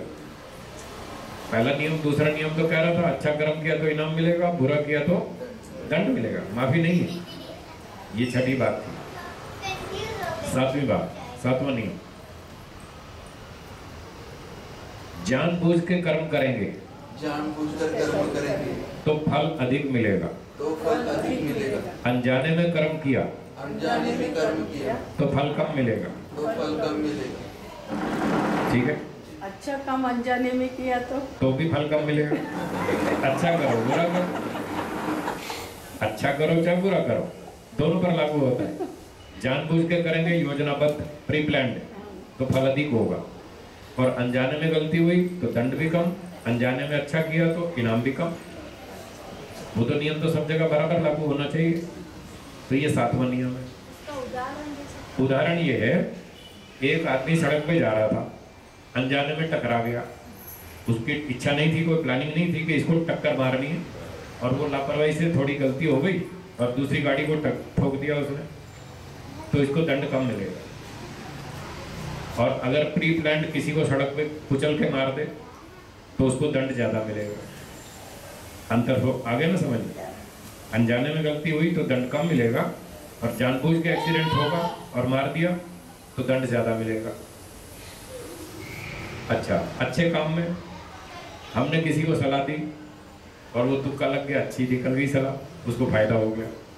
उद्देश्य नहीं था हमारा, वो ऐसे बोल चलते चलते सलाह निकल गई, मुंह से दे दिया तो उसको थोड़ा लाभ हो गया, तो उस काम को इनाम मिल जाएगा। और एक व्यक्ति ने हमसे कहा कि मैं तो बड़ी मुसीबत में फंस गया हूँ, मेरी समस्या का समाधान करो। तो हमने कहा ठीक है मैं सोचता हूँ, और खूब अच्छा सोचा, पूरा दिमाग लगाया, 2 दिन मेहनत की, तब जाकर उसका समाधान आया हाथ में। फिर मैंने उसको बताया कि भाई आपके ये समस्या का ये समाधान है। तो पूरा सोच समझ के प्री प्लान मेहनत करके मैंने उसको समाधान बताया और उसको बहुत सारा लाभ हो गया। तो अब ये योजनाबद्ध काम किया, इसका इनाम मुझे अधिक मिलेगा। इस प्रकार से अच्छा हो चाहे बुरा कर्म हो, जैसा भी हो, जानबूझ के योजनाबद्ध करेंगे तो अधिक फल मिलेगा, और अनजाने में हो गया, तुक्का लग गया तो कम मिलेगा। ये 7 नियम। बोलिए। पहले जन्म का कर्म का फल दूसरे जन्म में नहीं मिलेगा। हाँ मिलेगा। इस जन्म के कर्मों का कुछ फल इस जन्म मिलेगा और कुछ कर्मों का फल अगले जन्म में मिलेगा। तो इसी तरह से जो पिछले जन्म के हमारे कर्म थे, उन कर्मों में से कुछ का फल तो हमने पिछले जन्म में भोग लिया, कुछ कर्म बच गए, उसका फल हमको अब मिला। आपको भारत में जन्म मिला, ये जापान में, भारत में मिला ना, और महाराष्ट्र में मिला, मान लो पूना में मिला, एक अच्छे परिवार में मिला। ये आपके पिछले जन्म के कर्मों का फल है। मनुष्य का जन्म मिला, भारत में मिला, महाराष्ट्र में मिला, पूना में मिला, एक अच्छे माता पिता के घर जन्म मिला, अच्छे बुद्धिमान है, धार्मिक है, संपत्तिशाली है। ये सब आपका जो जन्म हुआ पिछले जन्म के कर्मों का फल है। एक को अफ्रीका में जन्म मिला है, वो क्या बोलते हैं, हबशी जाति में मिला, अफ्रीका में जंगलों में भयंकर, उनको बेचारों को ज़्यादा खाना पीना भी ज़्यादा नहीं मालूम और व्यवहार भी कम मालूम है, जंगली जातियों में जन्म मिला। तो ये सब उसके पिछले जन्म का कर्म फल है, क्योंकि नियम क्या था, कर्म पहले फल बाद में। तो हमें तो पैदा होते ही फल मिल गया। कर्म कब किया? पिछले जन्म में। कर्म पहले फल बाद में। इस जन्म में पैदा होते ही फल मिला। तो जिन कर्मों का फल हमको इस जन्म में पैदा होते ही मिला, वो कर्म हमने पिछले जन्म में किए थे, उन कर्मों का फल अब इस बार मिला। अब यही बात आगे लागू होगी। इस जन्म में हम काम कर रहे हैं, कुछ कर्मों का फल हमको इस जन्म में मिल रहा है। आप नौकरी करते हैं, तनख्वाह मिल जाती है, व्यापार बिजनेस करते हैं, प्रॉफिट कमाते हैं, खाते पीते हैं, मजा करते हैं। और एक सैनिक युद्ध में जाता है, दुश्मन को मार देता है, उसको मेडल मिलता है, अशोक चक्र मिलता है, परमवीर चक्र मिलता है। इसी जन्म में कर्म किया, इसी जन्म में फल मिल गया। तो कुछ कर्मों का फल हमको इस जन्म में मिलता रहता है, और जिन कर्मों का फल हमको इस जन्म में नहीं मिला, रह गए कर्म, बच गए, फल नहीं मिला, न सरकार ने दिया, न समाज ने दिया, न किसी और ने दिया, वो फल बच गए, वो ईश्वर हमको आगे दे देगा। चाहे वो अच्छे कर्म हो चाहे बुरे कर्म हो। कई बार लोग अच्छे अच्छे काम करते हैं, 20 साल तक काम करते हैं, और उनको समाज, सरकार, राजा कोई अच्छा फल नहीं देता, तो वो शिकायत करते हैं, देखो साहब 20 साल हो गए मेहनत करते हुए, कुछ भी नहीं मिला अब तक है, कोई मेडल नहीं मिला, कोई इनाम नहीं मिला, कोई प्रोत्साहन नहीं मिला, और देखो क्या हो रहा है, कुछ फल ही नहीं मिल रहा। तो हमारे कर्मों का फल कब मिलेगा? ऐसे ऐसे वो शिकायत करते हैं। तो मैं उनसे कहता हूँ, अच्छा जो आपके अच्छे कर्म हैं उनका फल नहीं मिला तो आप शिकायत कर रहे हैं। जो आपने 20 साल तक घोटाले किए उसका तो आपने शिकायत की नहीं कि मुझे अब तक दंड क्यों नहीं मिला। आपने जो गड़बड़ की, झूठ बोला, चोरी की, उल्टे सीधे काम किए, छल कपट किया, अन्याय किया, 20 साल से कर रहे हैं, उसके लिए तो आपने शिकायत नहीं की कि मैं इतने गड़बड़ कर रहा हूँ 20 साल से, मुझे अब तक दंड क्यों नहीं मिला। जब उसकी शिकायत आप नहीं कर रहे हैं, जब आप उसकी शिकायत नहीं कर रहे हैं कि मेरे अपराधों का दंड क्यों नहीं मिला, तो इनाम की शिकायत क्यों कर रहे हैं? इनाम क्यों नहीं मिला? इनाम भी मिलेगा, दंड भी मिलेगा, सब मिलेगा, टाइम तो आने दो। जल्दबाजी क्यों करते हो, उतावल क्यों करते हो? टाइम आने दो, सब कुछ मिलेगा। आपके अच्छे कर्म का फल भी मिलेगा, कहीं बेकार नहीं जाएगा, अभी उसका समय नहीं आया। बुरे कर्म का फल भी मिलेगा, बेकार नहीं जाएगा। ईश्वर सब याद रखता है, भुलक्कड़ नहीं है। हाँ, हम आप भुलक्कड़ हैं, भूल जाते हैं, ईश्वर भुलक्कड़ नहीं है, वो सब याद रखता है, किसने क्या किया, कब किया, कहाँ किया, कैसा किया, कितना किया, ईश्वर सब याद रखता है। तो सही समय आने पर ईश्वर हमारे अच्छे कर्मों का फल भी देगा, बुरे कर्मों का फल भी देगा। समय की प्रतीक्षा करनी होगी, इसलिए उसकी चिंता ना करें कि हमारे अच्छे कर्मों का फल नहीं मिला, बुरे का भी नहीं मिला, दोनों का मिलेगा। हाँ बोलिए। वो तो कह रहा है कि मैं अच्छे कर्म कर रहा हूँ, मैंने गलत काम किया ही नहीं, तो मुझे अच्छा फल मिल रहा है। ना, ऐसा नहीं है। दूसरे लोग जो बुरे काम कर रहे हैं, क्या उनको दंड मिला बुरे कर्मों का? चलो वो तो अच्छे कर रहा है। जो दूसरे लोग बुरे काम कर रहे हैं 20-20 साल से, 30-30 साल से, उनको भी तो दंड नहीं मिला ना। जब उनको नहीं मिला तो तुम क्यों चिल्लाहट हो रही है? तुम क्यों चिल्ला रहे हो कि साहब हमारा नहीं मिला? औरों का भी तो नहीं मिला, उनका भी नहीं मिला, तुम्हारा भी नहीं मिला। क्यों नहीं मिला? क्योंकि अभी ठीक समय नहीं आया। जब समय आएगा तब मिलेगा। आपने खेत में पालक बो दी तो 15-20 दिन में तैयार हो जाएगी, और चावल बोए तो 60-70 दिन में हो जाएगी, और गेहूं बोई तो 4 महीना 5 महीना लग जाएगा, और आम के बीज बोए तो कई साल लगेंगे ना। और आप तीसरे महीने में कहीं साहब आम लगाया था 3 महीना हो गया, अब तक फल नहीं मिला, तो ये तो आपकी गलती है ना। इतनी उतावल क्यों करते हो? टाइम की प्रतीक्षा करें, समय आएगा तब आपको आम का फल भी मिलेगा। कड़वा करेला बीज बोएंगे तो कड़वे करेले खाने पड़ेंगे, और मीठा आम खाना हो तो मीठा बीज बो आम का। तो जैसा बीज बोएंगे वैसी फसल मिलेगी, जैसे कर्म करेंगे वैसा फल मिलेगा। तो ये कर्म फल व्यवस्था है।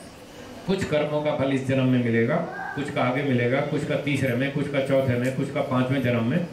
कुछ कर्मों का फल मोक्ष में मिलेगा, मोक्ष वाले कर्म करेंगे उसका फल मोक्ष में मिलेगा। तो ये मोटे मोटे कर्म फल की व्यवस्था है। तो हमने अभी तक 6-7 नियमों की बात हुई। 8वां नियम, कर्म को जानने के बाद ही, कर्म को जानने के बाद ही ठीक ठीक फल दिया जा सकता है। ठीक ठीक फल दिया जा सकता है। ये भी एक कर्म फल का नियम है। अगर मुकदमा न सुना जाए, न्यायाधीश जी मुकदमा न सुने, तो क्या वो ठीक न्याय कर पाएंगे? नहीं कर पाएंगे। तो पहले मुकदमा सुनेंगे, किसने क्या गलती की, क्या अपराध किया, सुनाओ। वो पूरा समझ के प्रमाण मिल जाएगा, एविडेंस मिल जाएगा, प्रूव हो जाएगा, तब वो ठीक न्याय कर पाएंगे। तो बिना कर्म को जाने ठीक ठीक न्याय नहीं हो सकता। ये 8वां नियम। 9वां नियम, कर्म को तो जान लिया, प्रमाणित हो गया, ये व्यक्ति अपराधी है, इसने अपराध किया, इतना अपराध किया, इस समय किया, ऐसे किया, सब एविडेंस मिल गया। अब अगर न्यायाधीश को फल की जानकारी नहीं है कि किस अपराध का क्या फल दिया जाए, कितना फल दिया जाए, तो क्या ठीक न्याय कर पाएंगे? नहीं कर पाएंगे। तो 9वां नियम ये हुआ कि कर्म को जानने के साथ साथ फल की जानकारी होना भी आवश्यक है। उसके बिना न्याय नहीं हो सकता। किस कर्म का क्या फल दिया जाए, कितना फल दिया जाए, ये भी मालूम होना चाहिए। ये 9वां नियम। एक आखिरी 10वां नियम, कर्मों का फल अधिकारी व्यक्ति ही देगा, अधिकारी व्यक्ति ही देगा, सब लोग नहीं देंगे। सब लोग नहीं देंगे। किसी ने चोरी कर ली दुकान में, तो उसको दंड न्यायाधीश महोदय देंगे, आप और मैं नहीं दे सकते, हमको अधिकार नहीं। लोग तो वहीं पीटने लग जाते हैं, चोर को पकड़ते ही तुरंत पिटाई शुरू कर देते हैं, वो ठीक नहीं है। उसको पकड़ सकते हैं, पकड़ करके पुलिस स्टेशन ले जा सकते हैं, कोर्ट में ले जा सकते हैं, बस यहाँ तक हमारी जिम्मेदारी। उसको पीटने का, दंड देने का हमको अधिकार नहीं। तो ये 10वां नियम कि अधिकारी व्यक्ति ही दंड देगा या कर्म का फल देगा, सब लोग नहीं देंगे। ये मोटे मोटे 10 कर्म फल के नियम हो गए। और कुछ बीच में बताए थे, कुछ कर्मों का फल इस जन्म में, कुछ का अगले में, कुछ का फल सांसारिक और कुछ कर्मों का फल मोक्ष। इस प्रकार से कर्म फल के नियम। अब आप स्वतंत्र हैं, आप अच्छे काम करें, बुरे काम करें, आपकी मर्जी। आज करें, कल करें, आपकी इच्छा है। थोड़ा करें, ज्यादा करें, आपकी इच्छा है, आप स्वतंत्र हैं। कर्म करते समय ईश्वर आपका हाथ नहीं पकड़ेगा, आपकी जबान नहीं पकड़ेगा। आप सच बोले, झूठ बोले, चोरी करें, दान दें, जो मर्जी करें, आपकी छूट। जैसा करेंगे वैसा फल मिलेगा। और कोई प्रश्न? बोलिए। मोक्ष का पैरामीटर क्या है? मोक्ष का पैरामीटर तो है वेद। वेद में लिखा है कि मोक्ष मिलेगा। नहीं, मोक्ष तो मिलेगा। हाँ। हमको जैसे आप अच्छा, आप वो पूछ रहे हैं एलिजिबिलिटी क्या है? Eligibility plus criteria. हाँ। का क्राइटेरिया क्या है? हम एग्जाम देने गए जी। 5 क्वेश्चन में से 4 क्वेश्चन राइट लिख के आ गए, तो वी कैन अज्यूम कि हमको भाई 80% मिल सकते हैं। जी हाँ, जी हाँ। तो अब हम जिंदे हैं, जी। तो हम कौन सा अपनाएं? वेद पढ़ें या रामायण या गीता क्या या पढ़ें? जो भी धार्मिक ग्रंथ हैं, जी। उनमें से कैसा करें कि मोक्ष के बराबर हम पहुंच जाए, पहुंच जाए। ठीक है, ठीक है, समझ गया मैं, प्रश्न समझ गया। अब उत्तर सुनिए। वेद में लिखा है यदि आप मोक्ष प्राप्त करना चाहते हैं तो वेद को पढ़ना पड़ेगा। आपका नॉलेज करेक्ट होना चाहिए। 3 काम करने हैं, वेद में लिखा है मोक्ष प्राप्ति के लिए आपको 3 काम करने हैं। पहला अपना नॉलेज करेक्ट करें, अपने जो ज्ञान विज्ञान है उसको शुद्ध करें। बहुत सारी भ्रांतियां हैं हमारे ज्ञान में, नॉलेज में, बहुत सारे संशय हैं। जब तक वो भ्रांति और संशय बना रहेगा तब तक मोक्ष नहीं होगा। तो पहला काम है वेदों को पढ़कर अपना नॉलेज को करेक्ट करें, प्योरीफाई करें। दूसरा, वेदों के अनुसार निष्काम कर्म करें, मोक्ष का उद्देश्य बनाकर समाज सेवा करें, परोपकार करें। वेदों को पढ़कर फिर वेदों को पढ़ाएं, वेदों का प्रचार करें। ये दूसरा काम। बिना किसी धन के, लोभ लालच के, लोकेशना, पुत्रेशना, वित्तेशना, तीनेशना होती है, मतलब सांसारिक सुख की इच्छा। सांसारिक सुख की इच्छा न करें, मोक्ष प्राप्ति की इच्छा करें। वो इच्छा करके फिर आप समाज सेवा करें। ये दूसरा काम है, इसको बोलते हैं निष्काम कर्म। मोक्ष प्राप्ति के लिए दूसरा काम ये करना है। तीसरा, ईश्वर का ध्यान करें, जैसा ईश्वर वेदों में बताया। एक ईश्वर सब जगह रहता है, सर्वशक्तिमान है, सृष्टि करता है, न्यायकारी है। ऐसे ईश्वर की पूजा उपासना करें, बैठकर ध्यान करें, समाधि लगाएं और ईश्वर की अनुभूति करें। फिर ईश्वर से प्रार्थना करें, हे ईश्वर, हमको अब अगला जन्म नहीं चाहिए, हम बहुत दुख भोग चुके, हमको समझ में आ गया यहाँ बार बार जन्म लेना अच्छा नहीं है, हमको मोक्ष दे दो, बस और कुछ नहीं चाहिए। इस तरह से भगवान से प्रार्थना करें और संसार से वैराग्य उत्पन्न करें। संसार के भोगों से इच्छा कम करें, वैराग्य उत्पन्न करें, ईश्वर में रुचि बढ़ाते जाएं, संसार में कम करते जाएं। ये मोक्ष का रास्ता है। इस तरह से हम करेंगे, वेद पढ़ेंगे और वैदिक ऋषियों के ग्रंथ पढ़ेंगे जो हमको मोक्ष का रास्ता समझाते हैं। वो ग्रंथ पढ़ेंगे, जैसे दर्शन है, योग दर्शन है, सांख्य दर्शन है, न्याय दर्शन है। इस तरह के दर्शन शास्त्र पढ़ें। ईशोपनिषद, केनोपनिषद, कठोपनिषद, इन उपनिषदों को पढ़ें, मनुस्मृति को पढ़ें, कुछ कुछ वेद भी पढ़ें। इतना पढ़ें, निष्काम कर्म करें, ध्यान समाधि लगाएं, तो हमारा मोक्ष हो सकता है। अब पता कैसे चलेगा कि हम मोक्ष की तरफ जा रहे हैं या मोक्ष से दूर जा रहे हैं? पता कैसे चलेगा? उसकी पहचान बताता हूँ। यदि हमारे मन में सांसारिक सुख भोगने की इच्छाएं बढ़ रही है तो समझ लीजिए हम मोक्ष से दूर जा रहे हैं, उल्टी दिशा में चल रहे हैं। मोक्ष अभी बहुत दूर है। धन की इच्छा है, सम्मान की इच्छा है, चेला चेली बनाने की इच्छा है, आप मोक्ष से दूर जा रहे हैं। यदि सांसारिक सुख भोगने की इच्छा कम हो रही है, घटती जा रही है, धन की इच्छा कम हो रही है, सम्मान की इच्छा घटती जा रही है और प्रसिद्धि की इच्छा कम हो रही है, अगर ऐसा लग रहा है तो आप मोक्ष के नजदीक जा रहे हैं, मोक्ष के निकट जा रहे हैं, तो पहुंचेंगे मोक्ष में। और कब होगा मोक्ष? उसकी अंतिम पहचान यह है जब आपके मन में संसार का सुख भोगने की सारी इच्छाएं खत्म हो जाए, जीरो लेवल पर आ जाए, कोई इच्छा नहीं, ना धन चाहिए, ना सम्मान चाहिए, ना चेला चाहिए, ना चेली चाहिए, कुछ नहीं चाहिए। क्या चाहिए? सिर्फ मोक्ष चाहिए और कुछ नहीं चाहिए। जब आपकी आंतरिक स्थिति ऐसी बन जाएगी, बस उसके बाद फिर आपका अगला जन्म नहीं होगा, उसके बाद मोक्ष हो जाएगा। और ये हर व्यक्ति अपनी पहचान स्वयं कर सकता है कि मेरी इच्छाएं घट रही हैं या बढ़ रही। ईमानदारी से वो अपना परीक्षण करे तो सबको पता चलेगा कि मेरी इच्छाएं घट रही हैं या बढ़ रही हैं। तो ये मोक्ष की पहचान। ठीक है, और कोई बात पूछनी है?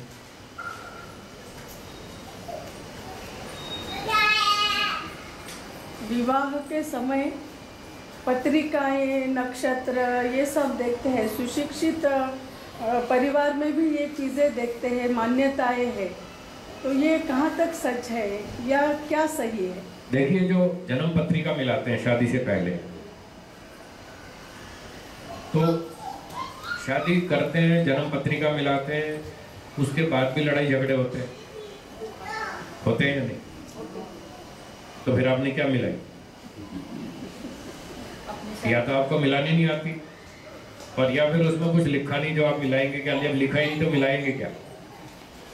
तो सच ये है कि जो जन्म पत्रिका मिलाते हैं उसमें कुछ नहीं लिखा। ये सब भ्रांति है। मैंने कहा ना, बहुत सारी भ्रांतियां हैं हमारे अंदर, बहुत जगह पर संशय है, बहुत जगह पर भ्रांति है। तो जन्म पत्रिका में कुछ नहीं लिखा है, वो तो पंडित लोग ऐसे लकीर मार के 2, 3, 5, 7, 8, 9, 11 ऐसे अक्षर लिख देते हैं ना, अंक लिख देते हैं। उन अंकों में कुछ नहीं लिखा है। वास्तव में पुराने समय में जो कुछ मिलाते थे शादी से पहले, उसको बोलते थे हिस्ट्री बुक। क्या बोलते थे? History book. उनका हिस्ट्री मिलाते थे। आज की जन्म पत्रिका में तो कुछ नहीं लिखा है। अब तो कंप्यूटर से बनाते हैं। अब कंप्यूटर जड़ है या चेतन? वो जड़ वस्तु हमारा भविष्य जानती है। फिर काम का नाटक बना रखा है। वो जड़ वस्तु अपना नहीं जानती, हमारा क्या जानेगी? उसको जैसे प्रोग्रामिंग कर दी गई और जैसे फीड कर दिया, वो तो वैसा लिख के बना के भेज देगी। अभी तो कंप्यूटर से भविष्य फल बताते हैं। और पहले तो क्या होता था, रेलवे स्टेशन पर लोग भार तोलते थे। वो भार तोलने की मशीन आती है ना रेलवे स्टेशन पर, 1 रुपए का सिक्का डालो, एक टिकट आती है, उस पर भार लिखा रहता है और पीछे आपका भविष्य भी लिखा रहता है। तो एक दिन मैंने जानबूझ के क्या किया, मेरे पास अटैची थी भारी, तो मैंने वो अटैची रख दी और 1 रुपए का सिक्का डाला, देखा इसका भविष्य क्या बताते हैं। तो उस पर वजन तुल के आया 20 किलो। तो 20 किलो भारी अटैची थी, वजन तो ठीक आ गया। फिर पीछे लिखा था कि 2 महीने बाद आपकी शादी होने वाली है। अब बताओ, सूटकेस की शादी होने वाली है क्या? वो तो टिकट वही आ जाएगी जो नंबर पे आई हुई है, जिसका नंबर आ रहा है। आप पत्थर रख दो, चाहे सूटकेस रख दो, चाहे बच्चे को खड़ा कर दो, चाहे कुत्ते को खड़ा कर दो, वो तो वही टिकट आने वाली है जिसका नंबर है। और उस पर जो लिखा है वो लिखा है। वो मशीन को क्या मालूम इसकी शादी होने वाली है कि नहीं? तो ये लकीरें मार के कुछ भी लिख देते हैं, उसमें कोई भविष्य नहीं लिखा, ना कोई इतिहास लिखा। तो इन जन्म पत्रिकाओं के मिलाने से कुछ नहीं होता। फिर इसमें बहुत सारे जाल खड़े कर देते हैं, कोई ये बंगली है, ये फलाना है, ये फलाना है। ये सब बेकार बातें, इसमें कुछ नहीं रखा। पुराने समय में लोग इतिहास मिलाते थे, और वो कैसे मिलाते थे? उसका नियम ये था कि छोटे बच्चे 5 साल तक माँ के पास ज़्यादा रहते हैं, ठीक है ना। छोटे बच्चे होते हैं, माँ ज़्यादा ही संभालती। तो 5 साल तक माँ की ड्यूटी थी वो बच्चे को नोट करे और उसका पूरा चाल चलन, गुण कर्म, स्वभाव, खाना पीना, हॉबीज, हैबिट्स वगैरह जो भी है वो सारी नोट करे। तो बच्चे की माँ 5 साल तक उसका इतिहास लिखती थी, एक हिस्ट्री बुक में लिखती थी सारा। और जो जो उसमें परिवर्तन आ रहे हैं, 2-2, 3-3 महीने में जो चेंजेस आते थे, वो सारी माँ लिखती थी, उसको पूरा ऑब्जर्व करके लिखती थी।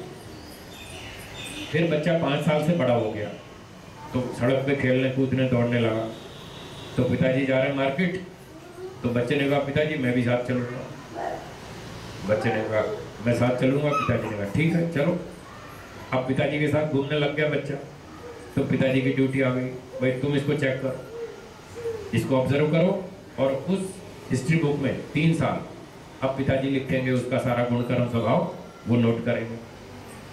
8 साल की उम्र में बच्चा बड़ा हो गया, मजबूत हो गया, और कहा भाई चलो अब गुरुकुल जाओ, अब तुम्हारी आगे की पढ़ाई गुरुकुल में होगी, गुरुजी के पास। जब बच्चे को गुरुकुल भेजेंगे तो उसका वो हिस्ट्री बुक वो भी साथ उसके गुरुजी के हवाले कर देंगे।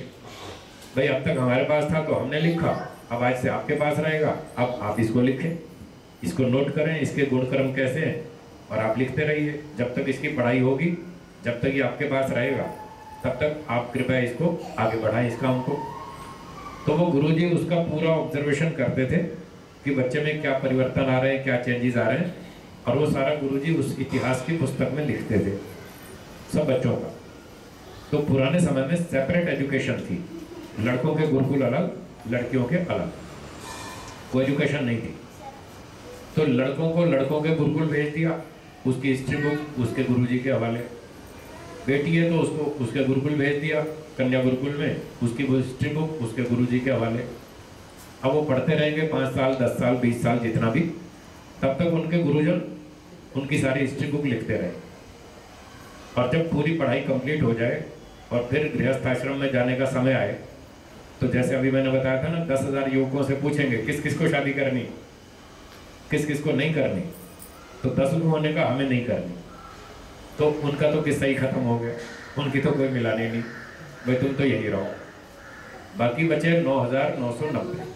तो लड़के भी और लड़कियां भी जो कहते थे हमको शादी करनी है, तब उनके गुरुजन उनकी हिस्ट्री बुक मंगवाते थे।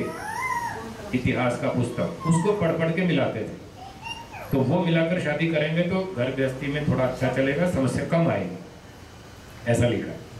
समस्या तो आएगी, हाँ, ये मत सोचना कि नहीं आएगी, वो तो आएगी। वो तो संसार है, संसार में कोई भी दो व्यक्ति ऐसे नहीं है जिनके विचार 100% एक जैसे हों, हाँ या ना। तो फिर दो पति पत्नी शादी करेंगे तो विचार तो कहीं ना कहीं तो टकराएगा ना। तो जहाँ टकराएगा वहाँ पर मतभेद होगा, वहाँ थोड़ा दुख होगा। पर यदि गुणकर्म मिला के आपने शादी की है तो कम टकराएगा, 5%, 10%, अधिक से अधिक 20%, तो 80% तो सुख रहेगा ना। और जब आपने गुणकर्म मिलाया ही नहीं, उसमें कुछ लिखा ही नहीं, तो बस कहीं तुक्का लग गया तो लग गया, अच्छा तुक्का लग गया तो लग गया, नहीं तो तुक्का नहीं लगा तो टक्कर रोज होनी है विचारों में। जितनी विचारों में टक्कर होगी उतना लड़ाई झगड़ा गृहस्थ में बढ़ेगा। तो उस कुंडली में कुछ नहीं लिखा है, उस इतिहास की पुस्तक में लिखते थे और गुरुजन उस इतिहास की पुस्तक को मिलाते थे और जिस जिसका गुणकर्म मिल जाता था फिर वो कहते थे भाई हमारे हिसाब से आप दोनों की शादी होनी उचित है। तो भी फाइनल डिसीजन आपका है, हमारा नहीं। तो उस लड़के को लड़की को बुला के सामने आमने बिठा देते थे और कहते थे अब तुम एक दूसरे का इंटरव्यू ले लो, 1 घंटा 2 घंटा 6 घंटा जितना मर्जी बात करो, जो बात करनी हमारे सामने करो और विचार कर लो और हमको बता दो तुमको शादी करनी या नहीं करनी, तुम्हारा विचार तालमेल बैठता है कि नहीं बैठता है। तो अंतिम निर्णय वो शादी करने वाले लड़का लड़की वो लेते थे और वो कहते थे हमें मंजूर है, हमें समझ में आ गया ये पार्टनर सही है। एक दिन में फैसला नहीं हुआ तो 2 दिन 4 दिन 6 दिन 8 दिन 10 दिन आधा घंटा 1 घंटा चर्चा करो, 2-8 दिन में 10 दिन में जब फैसला हो जाए हाँ तो फिर उनकी शादी कर दी जाएगी। तो वो घर परिवार गृहस्थ लोग अच्छे चलते थे, उसमें झगड़े कम होते थे। इस तरह से विवाह करना चाहिए। आज की कुंडली में तो कुछ नहीं लिखा है, जिसकी ना मिलती हो तो मुझे पैसा दो मैं मिलवा देता हूँ। वो कहते साहब इनकी नहीं मिलती, पैसा लाओ मैं मिलवा देता हूँ। आज तो पैसे का खेल, पैसा फेंको तमाशा देखो, सब कुछ होता है। तो वो तो स्वार्थी लोगों ने पैसे कमाने का ढंग बना रखा है। उन कुंडलियों में कुछ नहीं लिखा, इन बातों पर विश्वास मत करें और हो सके तो अपने बच्चों का इतिहास लिखना शुरू करें। अब ये छोटे छोटे बच्चे हैं तो इनकी माताओं से मेरा निवेदन है, इन छोटे बच्चों की माताओं से मेरा निवेदन है इनका इतिहास लिखना शुरू करें। 20 साल बाद आपको इसका लाभ मिलेगा और नहीं लिखेंगे तो 20 साल बाद फिर यही समस्या आएगी, इस आप अच्छी लड़की नहीं मिलती, अच्छे लड़के नहीं मिलते, क्या करें। फिर उल्टे सीधे रिश्ते बनाएंगे, फिर लड़ाई झगड़े होंगे, फिर परेशानी होगी। तो ये वेदों के सिद्धांत हैं जो मैं आपको बता रहा हूँ, ये कोई मेरी कल्पना नहीं, ये सब ऋषियों की बातें हैं जो वेदों में लिखी हैं, उन्होंने समझी और हमको समझाई। इस तरह से करना चाहिए। तो मेरे विचार से समय हो गया, विराम देंगे। आखिरी सवाल बोलिए। कास्ट का फिर क्या ताल्लुक होता है इसमें? कास्ट में करना ही चाहिए, नहीं करना चाहिए? अब इसके लिए कोई गृहस्थी पंडित ढूंढ ले, वो बताएगा। मैंने शादी की नहीं, मुझे पता नहीं, ज़्यादा सिस्टम मालूम है वो मैंने बता दिया, पूरा सिस्टम मुझे पता नहीं। कोई शादी करने वाला कराने वाला पंडित हो ना तो उससे पूछ लेना। नहीं, वेदों का क्या सिद्धांत है? वेदों का सिद्धांत कहता रहा हूँ, मैंने शादी के मामले में डीप रिसर्च की नहीं। इंटरकास्ट की कह रही है, इंटरकास्ट में बताया गुणकर्म मिला के कर सकते हैं। वेदों का ये सिद्धांत है, गुणकर्म मिलता हो तो इंटरकास्ट कर सकते हैं, इंटरनेशनल भी कर सकते हैं। इंटरनेशनल भारत से अमेरिकन लड़की शादी भी ला सकते हैं।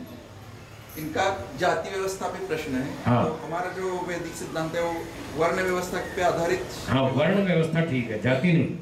मैंने बताया ना, जन्म से मानना गलत है, गुण कर्म योग्यता से मानना चाहिए। एक पुरुष है, पढ़ लिख के वो कॉलेज प्रोफेसर बन गया, विद्वान बन गया, ब्राह्मण बन गया, और जिस लड़की से शादी करनी है वो भी टीचर है, वो भी ब्राह्मणी है, तो ब्राह्मण के गुणकर्म स्वभाव लड़का लड़की के हो तो उनकी शादी होनी चाहिए। लड़का सैनिक है, क्षत्रिय है, तो लड़की के विचार भी क्षत्रियों वाले हो, भले वो सेना में युद्ध करने ना जाए, रहे घर में, पर उसके विचार तो ऐसे है ना जो पति को सपोर्ट करे।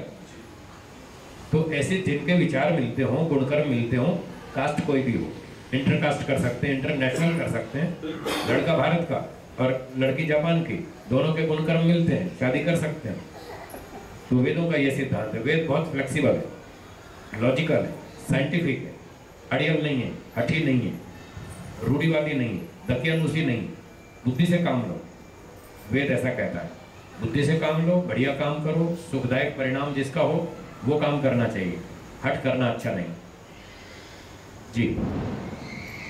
जैसे माता पिता का जो हमारा रिश्ता है वो इस जन्म का है, तो क्या गुरु और शिष्य का रिश्ता भी सिर्फ इस जन्म का है या आगे जाएगा? जी हाँ, इसी जन्म का। जितने रिश्ते हैं हमारे, भाई बहन, माता पिता, गुरु शिष्य, राजा प्रजा, पड़ोसी उड़ोसी, यार दोस्त, फ्रेंड सर्कल, ये सारे रिश्ते इसी जन्म तक। मरने के बाद कोई किसी का रिश्ता नहीं।